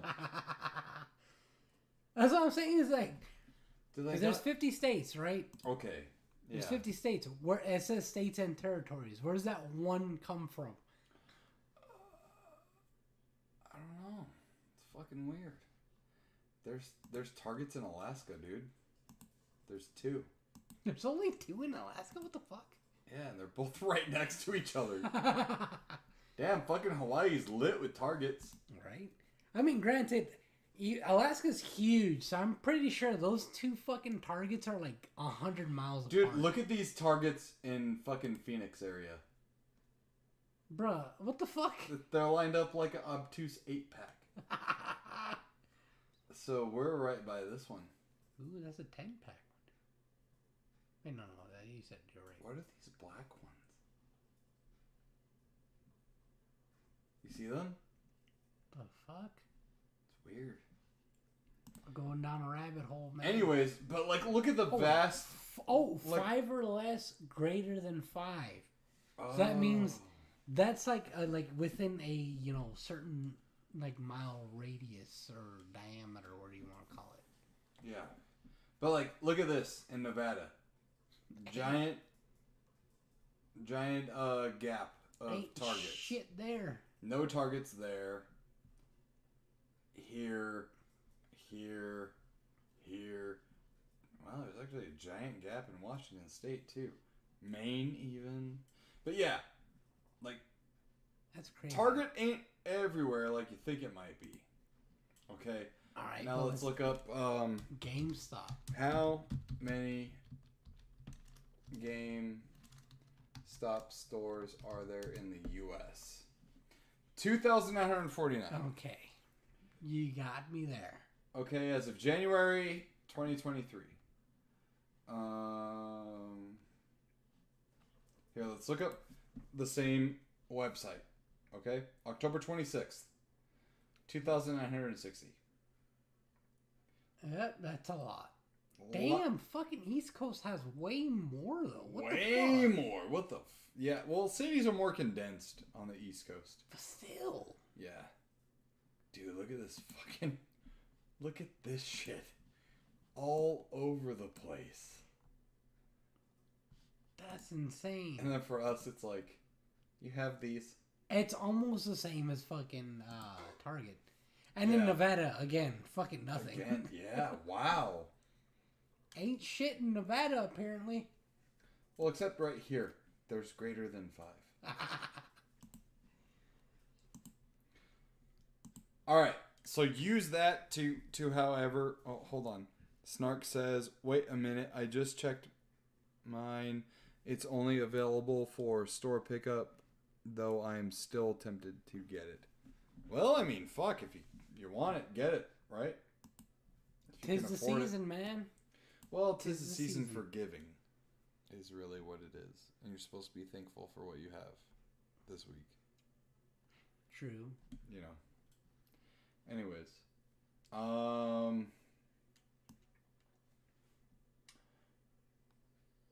Sonic Origins Plus is probably worth $20.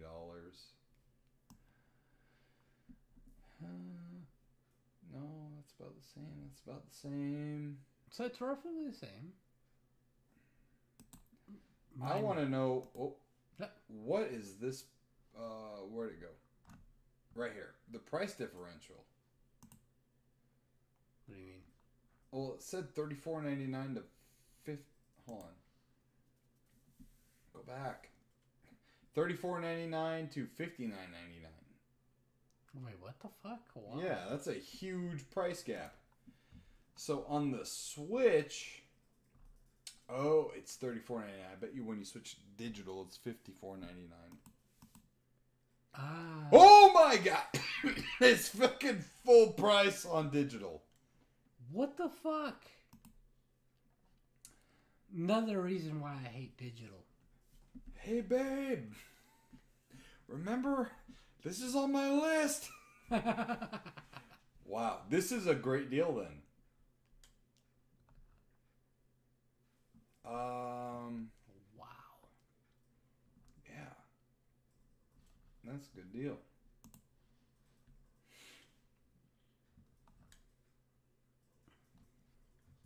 That's also 50% off.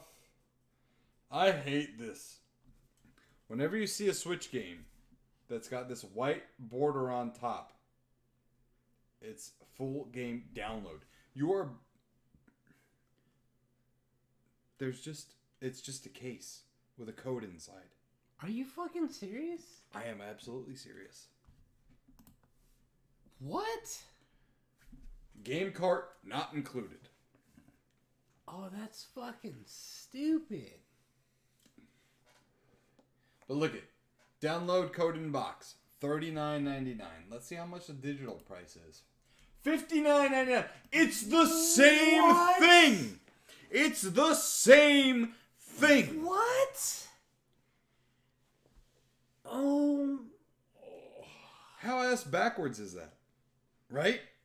How ass backwards is that? I'm about to have a fucking aneurysm just from that. What the fuck? Yeah. That's so fucking stupid.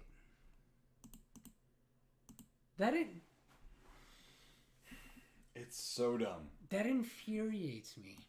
Alright, let's see what's on for PlayStation. Jedi Survivor was on the last list. Yeah, $30, $40, $40. GTA 5 is $15. Bruh, sell that shit for $1. That shit's been on fucking how many consoles now? It's almost like 10 years old. Spider-Man Miles Morales is $20 instead of $50. That's over 50% off, plus free shipping. Not bad. Not bad. Snark's like, what the fuck? That's as bad as the Switch games that actually stream instead of playing natively. Yeah. Yeah. Oh my god. Wow, okay, this is a good deal. Street Fighter 6 for the PS5 is $40 instead of $45. Wow, great deal. Yeah. Digging it. This right here is actually worth it. Marvel's Spider-Man Miles Morales Ultimate Edition, $40 instead of $70. Not bad. Ooh, they got even some have some headsets hardware. on sale. Yeah, some hardware on sale. That's great. Dead Space is $34.99 instead of $70. Oh, the remake? Yeah. WWE 2K23 is $20 instead of $45. It's a good one to get after. Wait, you skipped it. What? Grand Theft Auto 5 again for The PS4 Premium Edition, $15. God. I've never bought a fucking Grand Theft Auto game. Really? Never. I played. The last time I played Grand Theft Auto 5 was the PS3. Ghost of Tsushima. $30 instead of $70. I know what I'm getting you for Christmas. Yeah, I told you, Metal Gear Solid. No, 1. not just that, but another thing. Ghost of Tsushima. You. Why would you tell me? You have to play it. But you don't tell me, man.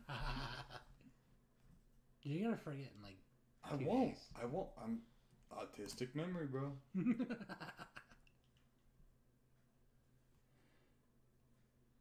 Huh? Marvel's Midnight Suns Enhanced Edition is $24.99 instead of $30. This was a full-priced game a couple of months ago. It's crazy. I didn't even know that fucking came out.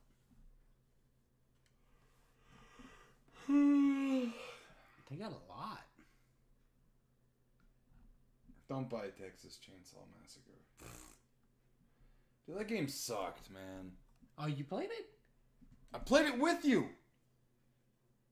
Was it? Oh, fucking right. Yeah. Yeah, that game sucked. I forgot about that. Yeah, because we only played it like once. No, we played it twice. Maybe 3 times. But like... I mean, like, it was in one night, though. Yeah, but that game needs a map. Yeah. It needs a map. Absolutely. 100% needs a map. Like... And still, there was like... No, we're not going to get into it because it's going to create a whole other side tangent. No. Don't buy Texas Chainsaw Massacre. The game is stupid. Lords of Fallen. Have you heard of this? Yeah, Lords of the Fallen, I heard. Apparently it's like a Souls-like. Well, it looks like it. Elden Ring. How is Elden Ring not free yet? What do you mean? Like bundled with something. Oh, like true. a console? You know what I mean? Yeah. You know what? No, now that I think about it, I don't think any FromSoft game has ever been bundled with a console. Should be. As popular as they are, you're right. Okay, here's one. The Grand Theft Auto trilogy is $19.99 instead of $60. That's over 50% off on the PS4. If it were on PS5, that'd be a great price. I don't think it came out for the PS5. I mean, it'd be great if it was for a PS5. So what is it? Vice City 3 and San Andreas. Yep. I would buy that. I gotta replay those games. I haven't played them in a long time. You know what? Not gonna lie. The only times I ever played Grand Theft Auto, I just did whatever I wanted. That was fun. That was the fun But it gets part. boring after like half an hour. And then you do the missions. At that point, I was like, alright, I've done what this game has to offer. I don't know. I felt like, after doing the missions, I was like, alright, cool, let me fuck around a little bit. And then after I fucked around for a little bit, which was like several hours, then I'm like, alright, let me do the missions. See, you would think with someone like me, GTA would be like right down my alley. Right, with the way I play games and stuff. But like, I get so bored in GTA so fast. Really? Yeah. But there's so much to do. I mean, I get the old ones. I get it. But I stopped after San Andreas. No, I played a little bit of 4. When you were like that Russian guy or whatever. which is funny because like 4, like I didn't play that one, but from what I've heard, 4 was better than 5. I don't know. I can't really say. That's surprising. I could not give a fucking shit if they ever made another Grand Theft Auto or not. Which, I mean, they've already, announced. Yeah, it's supposed to be revealed on like December 1st or whatever. Yeah, I don't fucking care. I mean, can't really say much. The game was fun for me. I don't think I'd ever buy 6 though. Immortals of Avium? I'm actually going to repeat. I don't know what the hell that is. There's a Bluey game? What? Really? Yeah. Alright. There's a lot of like odds and ends here on sale. What is this? Gray Hill Incident Abducted Edition? Okay. We got some weird games on sale, folks. Rise of... Dude, this game should be delisted. Absolutely.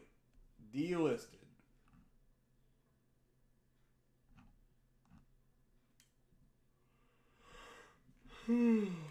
Trolls Remix Rescue Edition. Transformers Earth Spark Expedition. Not seeing a whole lot of other really good deals on here. DreamWorks All-Star Kart Racing. Okay. So I see Shrek and Kung Fu Panda, Trolls, and How to Train Your Dragon. Those are the franchises. And Boss Baby. Yeah, that's gonna be a no for me, dog.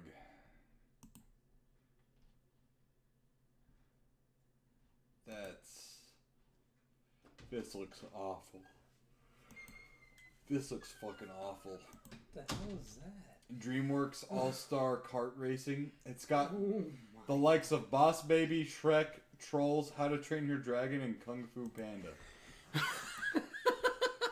What? Yeah, I don't think anyone asked for this shit, dude. They've been... Look at this donkey on a fucking dragon cart. That's not the kind of riding Donkey was doing on that dragon. No. Snark says cash grab. Dude, there's no 100. cash. There is no cash to grab with that. They've been looking at the internet memes for too long. That's wild. What the fuck? Alright, we'll go through Xbox, and then I'm fucking calling it a day. I need fucking dinner.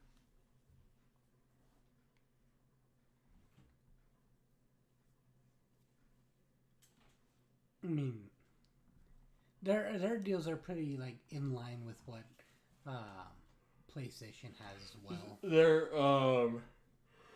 excuse me. They're more hardware heavy. Shit, you're right. Yeah. Like if you scroll from the top. Controllers, headsets, the actual system itself.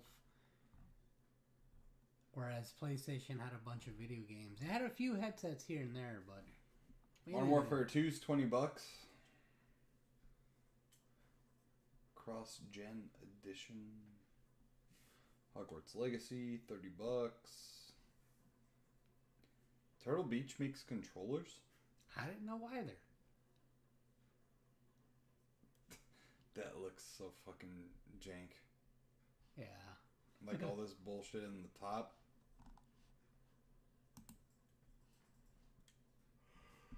Let's see. Ooh, excuse me. Oh shit.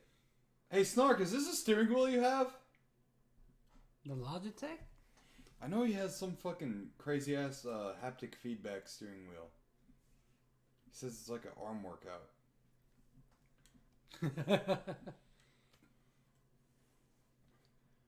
This is cool. This fucking controller and the adapter so you can use it on the computer. Oh shit, that's pretty fucking cool. That's great because like... Close. Mine is the G923. Oh, this is the... Excuse me, the G920. But 200 for the G920 is a damn good deal. What is it normally? 300. So $100 off. That's not bad. Yeah. Got this, you know, $10 off controllers. This would be cool to get. This controller, buddy. Right. Ooh, the RGB fucking Xbox controller too. Huh? That one This? right there. Yeah, RGB. Oh, yeah. Power unit.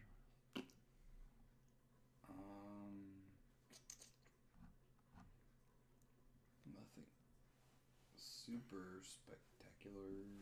I mean, they definitely have a lot, like you said, a lot of hardware deals. Yeah. Well, you know, Microsoft is more about like subscribe to, you know, Game Pass. Yeah, which makes sense. Oops.